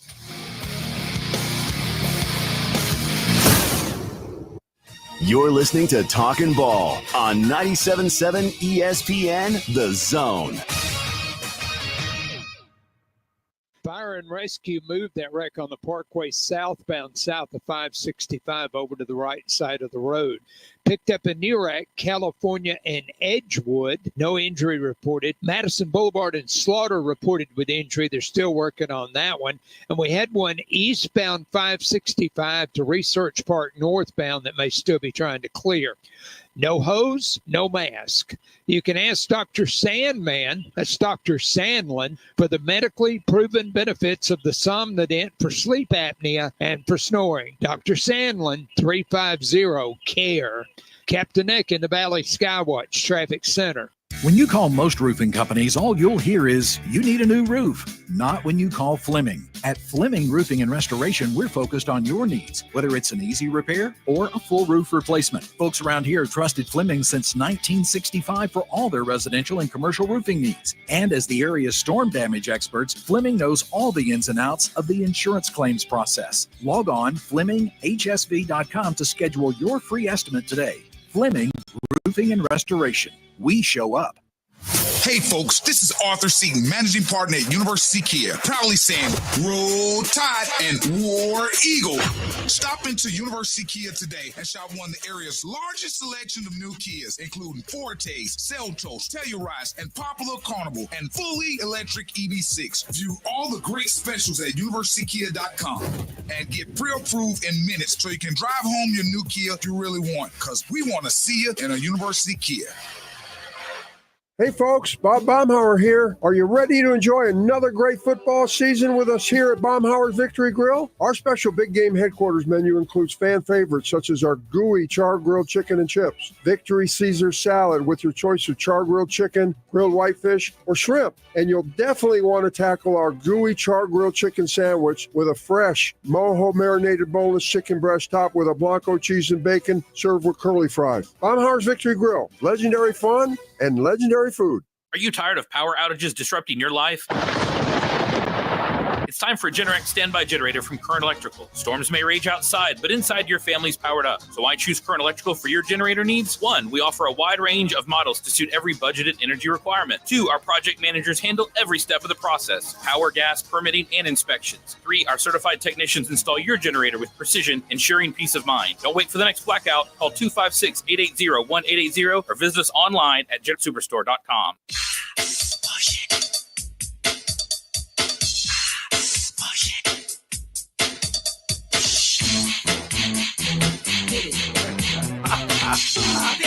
Oh, we had to push our equipment over real good because, hell, we almost got waterlogged.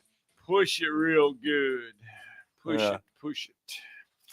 256-576-4977. You can join the program this morning as we have gotten you ready for A lot of high school football tonight. There's a lot of high school football going on. There's a lot of high school football that means a lot tonight because, again, 4A Region 7. We talked about what's going on in 4A Region 8. 4A Region 7 also has region contests left tonight because they're that 9-team region as well. So we'll have it on that. And then you have the state's longest running rivalry, the 109th matchup. Guntersville. Guntersville and Albertville. Guntersville, the 5th-ranked team in Class 5A. They're going to play host to Albertville tonight. 109th meeting between the two programs. And Albertville looking for that first dub. And then you got Pisgah and Sylvania. Pisgah, the top-ranked team in Class 2A. They're going to play host to Sylvania. That's big rivalry. Yeah, that's a whole bunch of old neighbors getting together up there, exchanging stories and all that. I mean, what a night it'll be. Anyway, that's the high school football scene. College football-wise, your SEC slates, Oklahoma getting indoctrined into the SEC. They're taking on Maine this weekend. And then you have Mississippi State taking on UMass. What in the hell are they talking about up here? I mean, are they insane? I'm glad you paid attention. I mean, I'm sorry. I mean, I can't help it when I turn my head and they say trade Myles Garrett to the Lions for Jahmyr Gibbs, 3 first-round picks and a second-round pick. Yeah, I mean, that's like Jimmy Johnson ripping off somebody back in the day. You mean Give me the a break. Yeah, the Herschel Walker trade. Herschel Walker trade. Puff, puff, pass. Don't do that. That's why all these people are fired on this television show. I don't think there's ever been a trade. I don't think there's been a trade since that Dallas Cowboy Minnesota Viking trade. Oh. I mean, that was a 30 for 30 trade. I mean, Herschel. They made a whole story on that trade. He did a good job that one year with Minnesota, but good Lord, what a ransom Jimmy got. And I'm just telling you, you give up all that and Jahmyr, you That's must Mike be on some crack. Mike Tannenbaum is throwing that out there that the Lions. How many times he been fired? Garrett. That's all I'm going to say. How many times he been fired? Would you do that though if you're Cleveland? I would if I was Cleveland. Hell yeah. They're going to give me 3 first-rounders, a second-rounder, and an explosive running back. But if I'm Jahmyr Gibbs, I'm like, man, you better not trade me. I'll be like, I'm gonna immediately ask for another trade. I'm not going to Cleveland. Good Lord. I'm not going to the land of Jimmy Haslam. Forget it. That's a land of suckage. Who do we have? Who do we have, Bailey? All right, Brandon is with us. Would you do that, Brandon? 3 first-round picks, Jahmyr Gibbs, and a second-round pick for Myles Garrett, who's a great player, but he's never won any damn thing. No, I think that's about as bad as the Robert Griffin trade, where Jeff Fisher basically got the guy they traded for and had all 5 picks and rolled them out as captains before the game. I believe that happened. Yeah. That's pretty bad. Oof. I got distracted, man. Go ahead. Well, on a lighter note, how about Rick Austin just picking up rings every season? Yeah, we had him on the show. Volleyball. Yeah, volleyball. He won another ring there. He and his daughter Ace. How many guys that are coaches have won multiple state championships in 2 different sports? Well, I mean that's just a 1A, really cool. 2A. I mean, a very tight-knit small school. Yeah. They're very good in athletics. I mean, they're also good on the boys' side as well. But, yeah, the girls' side, I mean, it's amazing what they're doing. Yeah, I was going down the road yesterday, and the phone was blowing up, and they were live streaming me from over there. Heather was having a fit, and I was sitting there thinking about that, and I was like, so how many overall state championships is that for Rick Austin now? And if my numbers are correct, I believe that is 13. Wow. 13 state championships combined in the 2 sports. And will most likely have a really good shot for 14 come winter into spring with basketball. And at that point, when you've got 2 state championships for every day of the week, I mean, you must get up every day and have a lot of motivation, because I don't know at that point that I wouldn't just be satisfied.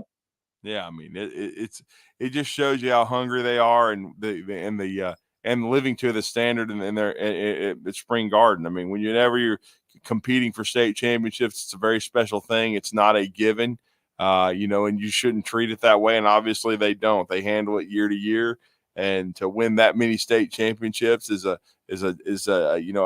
very, very special accomplishment and a blessing, no question. I wish Spring Garden had a cafe. A what? Like a cafe. We could go there in the morning and just do a show from Spring Garden one day. They need to get one of those new grocery stores. Then they get you over there. Oh, but if they had a cafe, we could just go there and eat breakfast and do our show from Spring Garden just one day. Oh, Brandon found I something. have been told. I have been told that if y'all want to come there, they are going to roll out the red carpet like you have never seen. But I don't You know won't be where. able to call it. I don't know where we would go and do the show from. Yeah, I don't know. A huge tent on the football field, but you won't be able to call anybody on your cell phone because there ain't no service over there. See, that would be a problem. We can't have a show without service. We would have to have some kind of Ethernet line then or Yeah. something. But I mean, a restaurant would work perfect because then, we could do it like a barbecue if they'd be open in the morning, but we would have to do it. Maybe we could just do it from the school's lunchroom or something. We just do it right in the school. Do it right in school, do it on the football field, something. I just know that they don't have a problem with kids constantly being on their phone over there because there's no service. So they're still, back in 1985, which really helps in the classroom a good bit. But no, they would flip over backwards to have y'all come down there and do something. And I just couldn't believe that. I was trying to look and figure out, is there any coach anywhere that in two sports has 13 state championships? And I can't find one. I can't even find a hint of one. So if for some reason y'all ever think one up, throw it out there and let me know. No, I can't. What was it? His name is escaping me, Drew. I know he doesn't have that many titles, but Athens. Randy White coached softball and basketball there. 5A Athens and back in the day, and he won some state softball and basketball titles. Not nearly that much, but he had a lot of success doing it on. Well, he had a very, very long winning streak as well for consecutive games that Hazel Green finally broke. But he had some outstanding teams at Athens in both sports, did a great job of coaching, very good fundamental teacher, very good friend of the show. We've had him on, and it's always great to always see Coach White. He still helps out with the state basketball tournament each year and does come by Greenbrier every now and then. We have one of our meetings, and always great to catch up with him. Well, Scott, I'll see what I can do. I'll reach out to them down there, and you never know what smorgasbord of grandma's finest they might bring out when y'all show up down there. You might have food to take home for days. We've talked about it, but are you in? I mean, if they set it up, will you do a show? Will we roll to Spring Garden? Of course we can do a show there. All right, we just need some Wi-Fi, man. We gotta be able to do the show. So here's the deal. We will do the show from Spring Garden. We will head to Spring Garden. It's a heck of a hike. We will have to get up at the crack ass at dawn. But we will do a show from Spring Garden. If we can find out, we need an Ethernet connection. We need all this, but we will do a show from Spring Garden somewhere. I'll get you a Starlink somehow, and we'll musk it up. Yeah, we just need to do a show from Spring Garden. Let's make it all happen. We will do it because it's basketball season. They're the defending state champions. It's volleyball champs already. We need to talk to her. I mean, Ace is headed to Alabama. She will. We are slated. It is scheduled for her to be on the show on November the 15th. I can just tell everybody. Well, then we can just go. We'll just go there November 15th then. Well, I mean, okay, Scott. I mean, I'm just saying. What day is November 15th? It's a Friday, Scott. Okay. Let's go. Let's go. Well, I mean, I don't know. What about? Don't forget about your Metro. I don't know when we got Metro again. We got that. We'll figure that out. But yeah, but we can go to Spring Garden. We'll shoot for November 15th. Why not? Why not? We had nothing to lose. All right, let's get a break in. Vince Ferrara is in Knoxville, Tennessee. He'll join us coming up next.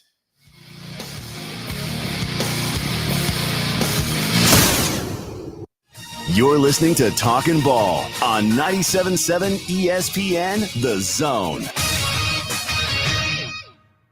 From the Fox 54 Weather Center and Chief Meteorologist Jordan Dressman, a mostly sunny sky this afternoon. Temperature is going to be in the mid-80s. It is going to be a warm evening for Friday night football. In many cases, we're talking about football games with temperatures somewhere in 70s. We do eventually fall into the low 60s as we head into the overnight early into your Saturday morning. Mostly to partly sunny sky Saturday afternoon. Temperatures climbing into the lower 80s. An isolated shower certainly can't be ruled out, but it does look like the vast majority of us are going to be dry. Chief Meteorologist Jordan Dressman on your home for ESPN Radio, 97.7 ESPN, The Zone.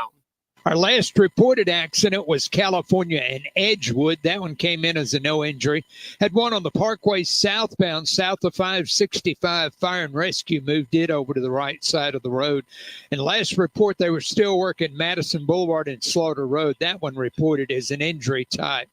Snelling needs an experienced way station operator. The position is a direct hire. Huntsville.snelling.com. Captain Eck in the Valley Skywatch Traffic Center. The final week of the regular season is here. Thursday, Huntsville takes on Lee on Talk Radio WZZN. Buckhorn takes on Grissom on 97.7 ESPN The Zone.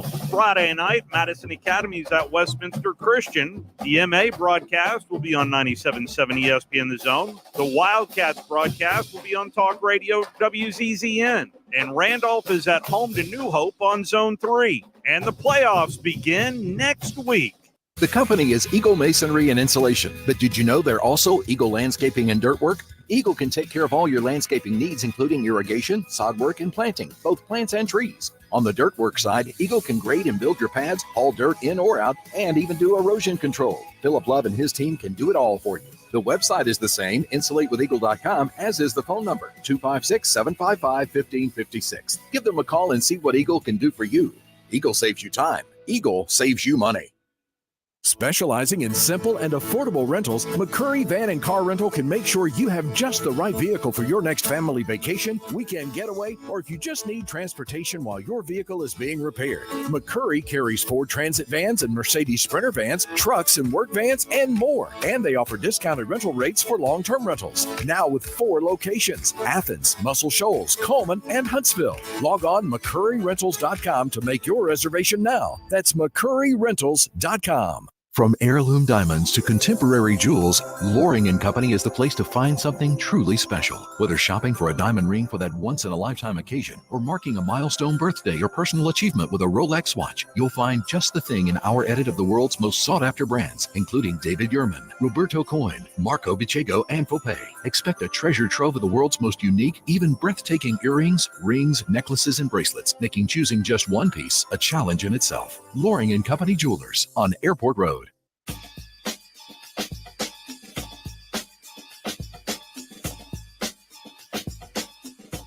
All right, welcome back. Talking Ball, 97.7 ESPN The Zone. Scott Tyson, Drew DeArmond. Dang, I thought that was deep cover.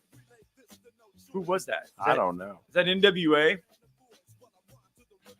Thank you. That was a guess, by the way. Tennessee, 7th-ranked Tennessee at home against Kentucky on Saturday. Vols 17.5-point favorite.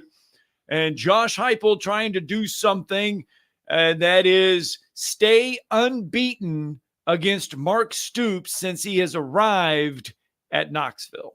Yeah, no question about it. That's been he has definitely handled that part of the rivalry. They were off a week ago as they did not play after that emotional win over Alabama, the second straight time they've won in Knoxville over the Crimson Tide, and now they will be back at home in Neyland Stadium against Kentucky. It's a big rivalry, but it's one Tennessee has historically dominated. They're in prime playoff position right now at 6-1 overall. It does feel like it's been a month since they played. It's been a little bit strange because since they beat the Crimson Tide 24-17 in Knoxville, but they will be heavy favorites, as you said, Scott, and their schedule sets up for them to go on a run. And we're going to talk about that and more with our next guest. Of course, he's just coming off of his show, and that's, of course, Sports Talk in the Morning with his co-host, John Wilkerson. He does a great job on the Sports Animal 99.1 in Knoxville, Tennessee, and that's Vince Ferrara. Vince, good morning.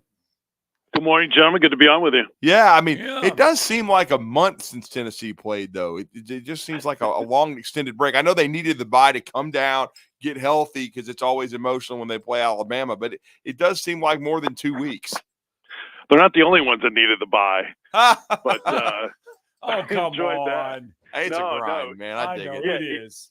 It is, and it gives you a chance to take in everything and do it in a relaxed state. And It wasn't the best slate of games last week, but there's some good games. But when you're going to games, you know this. When you're going to games, it's more difficult to take in all the other action, and then it's just a super long day, pre-game and then post-game, all that kind of stuff, just on game day. So, but yeah, it was,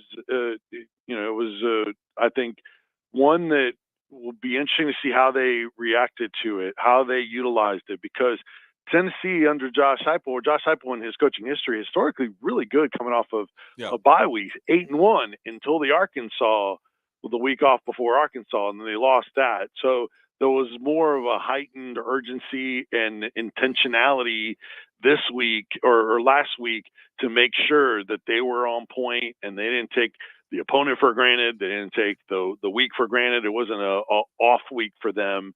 But they had a few days off, but they didn't want to take the edge off, so to speak. So we'll see how they handle it this time around.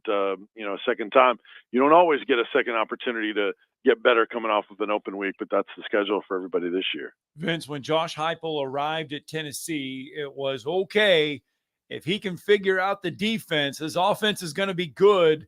If he can figure out the defense, the Vols are going to be near the top. Well, going into the bye week, it was, man, if the Vols can get the offense back on track, boy, they're going to be really good.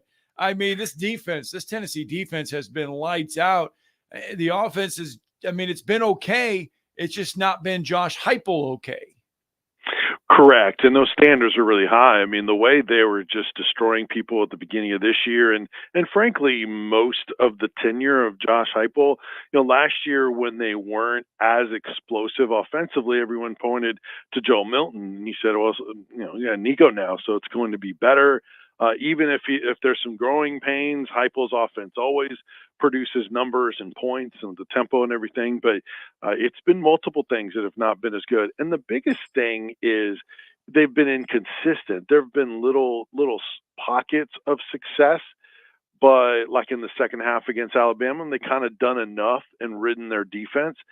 But the first halves has been what's head scratching. You're talking about one of the most prolific offenses earlier this year, if not the best.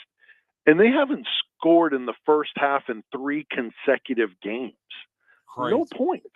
Now, they've only been outscored by 13 because of that defense, and it's allowed them to kind of get going in those second halves. But it's just hard to understand. And even with as good as Dylan Sampson has been this year, as good as it gets at that running back position for them, a lot of his production has been in the second half of games where he and the passing game have gotten going.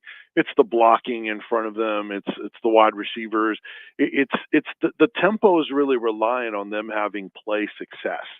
If they get tackled for loss for -2 on second down, they're not and they're not running up to the line and running tempo if their defense was just on the field on a 10-play drive.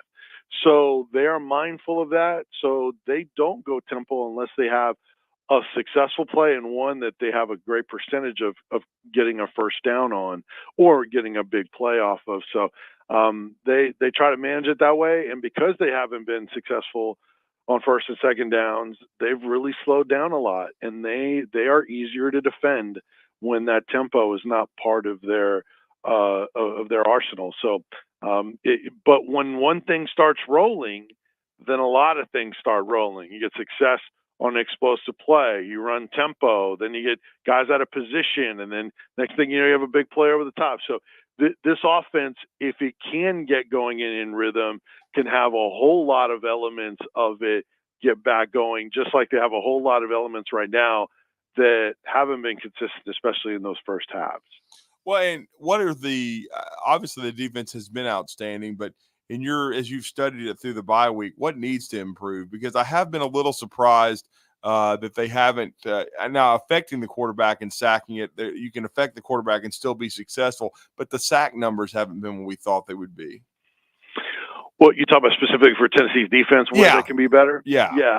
I think the biggest thing, teams have still been trying to get the ball out of the QB's hands quickly. That's part of the early season lack of numbers.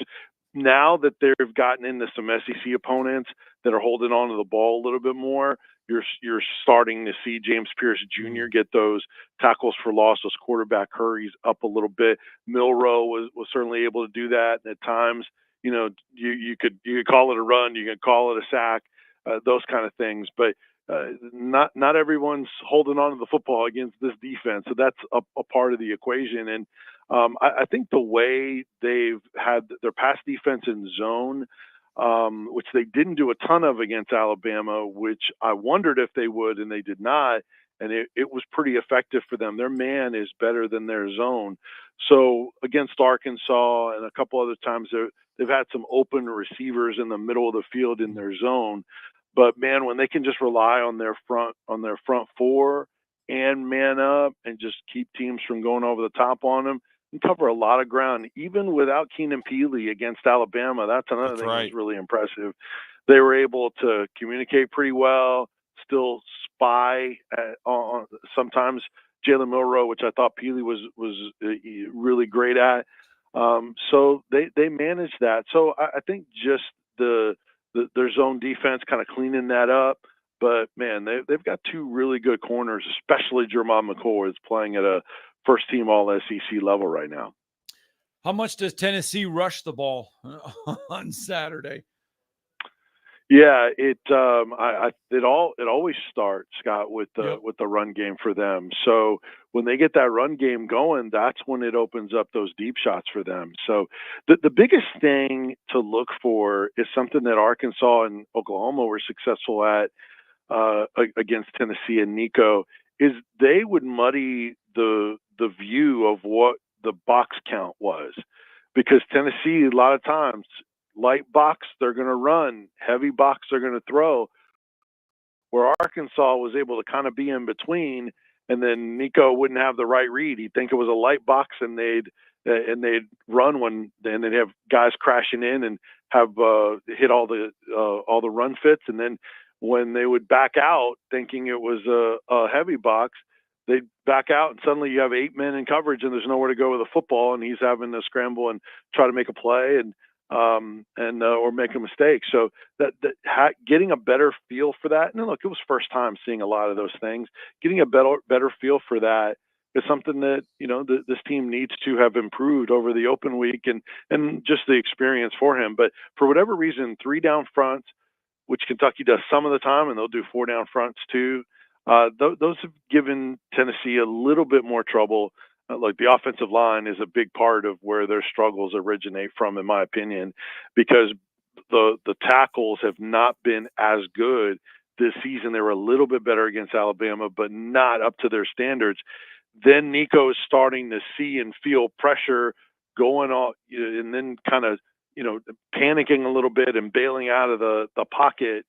And so if they're not better on that front, you may continue to see that unless he just has trust and says, I'm not going to worry about it. I'm going to stay in the pocket here and just let it go to my second or third read, or have more design runs, which I would like to see them do. They rolled out a little bit against Alabama. They have to scheme it up until they can get guys playing better at those 2 tackle spots. Well, and I've got to ask just some background, because he seems to have become one of these overachiever type guys that has grinded in the program. He's now a 5th-year senior. He had a great game, and honestly, it's not being talked about enough. The shoestring tackle he made on Jalen Milroe that saved, I think, a 75-yard touchdown, and then the game-sealing interception. But tell us about Will Brooks, redshirt senior from Vestavia here in Alabama, who's earned a big-time role in the defense for Tennessee this year at safety. Yeah, absolutely. Those were 2 underappreciated plays in the game. And I think he may have even saved one on that Kendrick Law sweep coming around. Good point.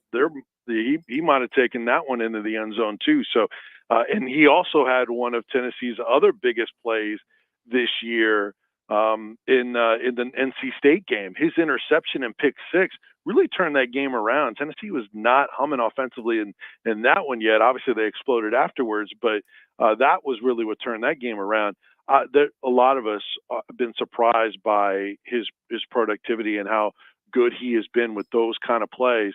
And you look at him, he doesn't have big stature or speed or athleticism, but he knows where to be, and he's tackled well. And so guys, he's impacted guys around him. Jermon McCoy talked about, when he was at Oregon State, he really wasn't studying tape a whole bunch. He went out there and used his wide receiver skills and athleticism to, make plays and have a good year last year. He came here and he saw guys working and grinding and studying and all that kind of stuff. And he started to do it. And now you see with his skill set, how it's taken him to the next level. So that's always a great indicator of how good of a player and a teammate is when you can impact guys around you. He's had a very positive effect. He's a positive guy, and they're not very deep back there. So they really needed him to kind of help get guys in the right place, and for him to stay healthy enough to stay in the lineup as well, because that secondary was much maligned coming into the year, and them playing a lot better. He's a part of that. There's other guys too, but he's a part of that, inspirational guy, and how he just kind of stuck with it as a walk-on to make himself into a starter in the SEC on a pretty good team. Vince Ferrara, kind enough to join us this morning on the Neighbors Wealth Management Hotline, previewing Tennessee-Kentucky matchup. And Vince, I'm just curious, and for those that don't follow Tennessee a ton, I know the Tennessee-Alabama game, that rivalry is way up there. Then Tennessee-Florida is there. Where does this Tennessee-Kentucky rivalry fall on the football field? Well, there's a huge gap between the two you mentioned and everybody else. The rivalry game, it is just like Vanderbilt is, but it's not one where Tennessee fans give it a ton of respect. And both of them have been very one-sided, and the name on for their school is not going to change anytime soon. Just like the name of Tennessee school is not going to change anytime soon. So they can have whatever record they want. A lot of fans are going to view them the exact same way. They're Kentucky, we're Tennessee. And there's probably some of that in a lot of the top programs in the country looking down towards everybody else. So it's there in terms of a rivalry, but it's more of those, hey, you better win this game because, we're always better than Kentucky. I think that's kind of the fan view of it. It's not one where they're circling the schedule or anything like that. It's Florida and Alabama, and then it's everybody else, or anyone that's Georgia obviously would be next up after that. And anyone who's good or in their way is next up, even before the Kentuckys and the Vanderbilts.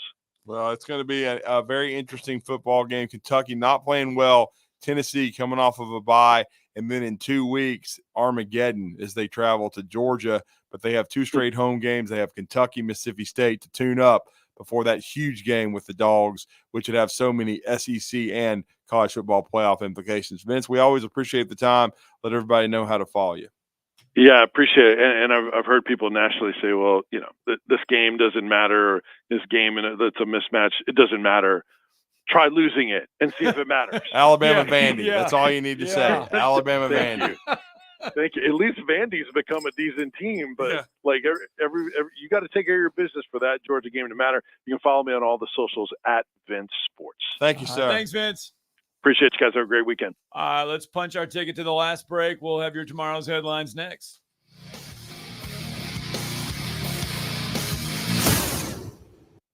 You're listening to Talkin' Ball on 97.7 ESPN, The Zone. Haven't picked up anything new accident-wise. They were working on one southbound on the Parkway south of 565. It's been moved over to the right side of the road. California and Edgewood came in as a no injury. Madison Boulevard and Slaughter reported injury. They may still be trying to get that one wrapped up. D&L Refrigeration repairs heating and air conditioning units for homes and businesses. Ask about the military, law enforcement, and senior discounts at D&L. 256-652-1207.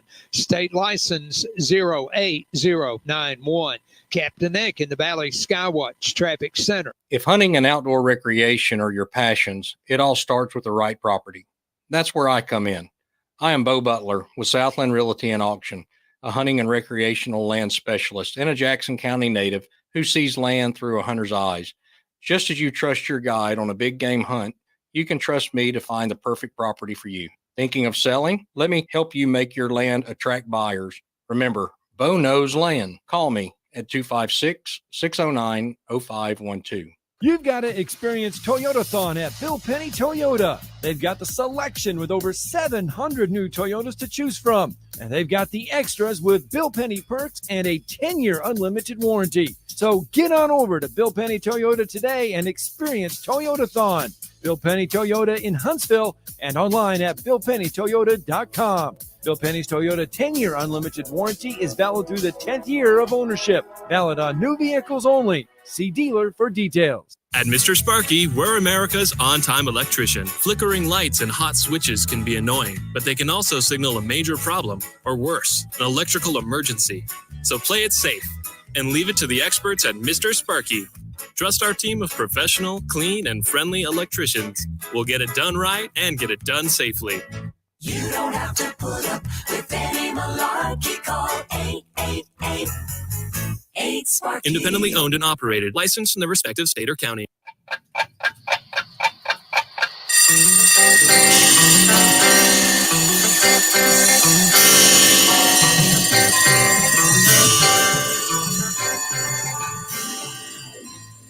It's time for tomorrow's headlines today with Scott Tyson and Drew DeArmond on 97.7 ESPN The Zone. Welcome back. Talking Ball 97.7 ESPN The Zone each and every Friday. We let you know what's coming up on AL.com this week as far as high school football goes. And we have Jimmy Lay from AL.com. You can hear him tonight on the Westminster Madison Academy. And he won't broadcast. be nearly as wet. No, but he also will help us share what he's got going on. I don't know how they would have survived well. last night, man. Good morning, Jimmy. Good morning. Hey, I thought about you, Drew, last night. My church, Huntsville Park Baptist, is right around the corner from Milton Frank, and we started taking our trunk and treat stuff down about 6:15 when the wind started coming in. I thought, oh man, he's probably in trouble. So yeah, we got through it. Should be dry tonight. I think the rain is going to stop around 1 o'clock, 2 o'clock, something like that. Westminster's got an excellent field, so they're going to be ready to roll over there. Shouldn't have any problem with the footing. But yeah, big game tonight at Westminster for the nobody wants to go to Cherokee County. Let's just, that's the elephant in the room. I know Coach LeBlanc didn't want to say it. Coach Gotti didn't want to say it, but I'll say it. Nobody wants to go to Cherokee County next week. So this is a battle for who gets to go play Hoax Bluff at Hoax Bluff. And, Madison Academy beat them not too long ago in the playoffs. I believe it was one of the semifinals. So they have some familiarity. But we got some other games tonight. New Hope at Randolph. Randolph wants to finish the regular season strong, and I believe they will tonight. James Clemens at Homewood. That should be an interesting game. Scottsboro at Mars Hill should be a pretty interesting game, too. Oxford at Florence. Florence is coming on. A lot of these games don't have playoff implications, so it's always interesting to see how the coach is going to handle it, knowing that regardless of what we do, it doesn't affect our seeding in the playoffs. So curious to see, who might take their foot off the pedal there. But we also have Athens at Russellville, another big game. You mentioned Sylvania at Pisgah, and then West Morgan at Deschler. West Morgan trying to, finish up unbeaten. And I tell you what, 4A, man, it's looking like a collision course between West Morgan and Cherokee County. Again, they met last year in the second round. They wouldn't meet this year until the semifinals if they were to make it that far. But a lot of football to play before you get to that. So should be a big night. It should be dry for the most part. And I don't even think I'm going to need my tarp tonight. Well, that's good. And Jimmy, too, what we've got to remember now in Class 7A, this is a little different for the 7A playoffs this year. No more Region 3 versus Region 4 in the first round of the playoffs. Our James Clemens, Bob Jones and company, and Athens or Austin and Florence, they get to now take on Region 2. You think, hey, they got a better chance this year, but when you start looking at Region 2, you start going, I don't know, man. I mean, Enterprise is really good, and good grief. I mean, Central Phoenix City, Auburn, That's just that's tough sledding, man. The first round of the playoffs. So if they get a win, and it'll be the first time that they won a playoff game. I think they've been swept every year since 2019.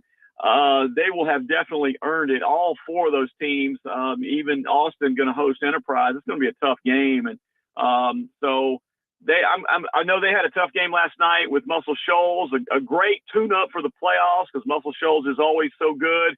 But man, it's going to be really tough sledding for those 7A Region 4 teams to even play in that Region 2 schedule. You might think it's going to be easier, but you ask the coaches, they'll tell you, no, it ain't.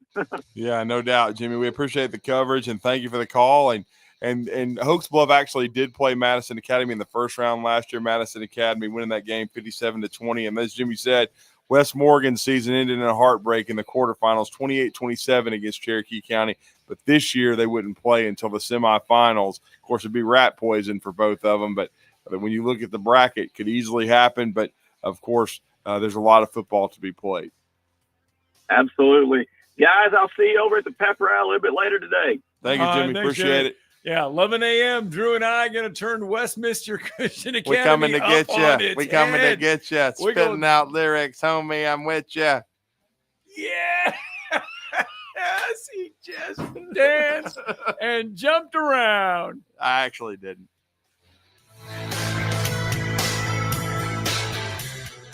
There's power in caring when it is put into action. Each year, our bankers serve on nonprofit boards, support our local educators, and volunteer with our home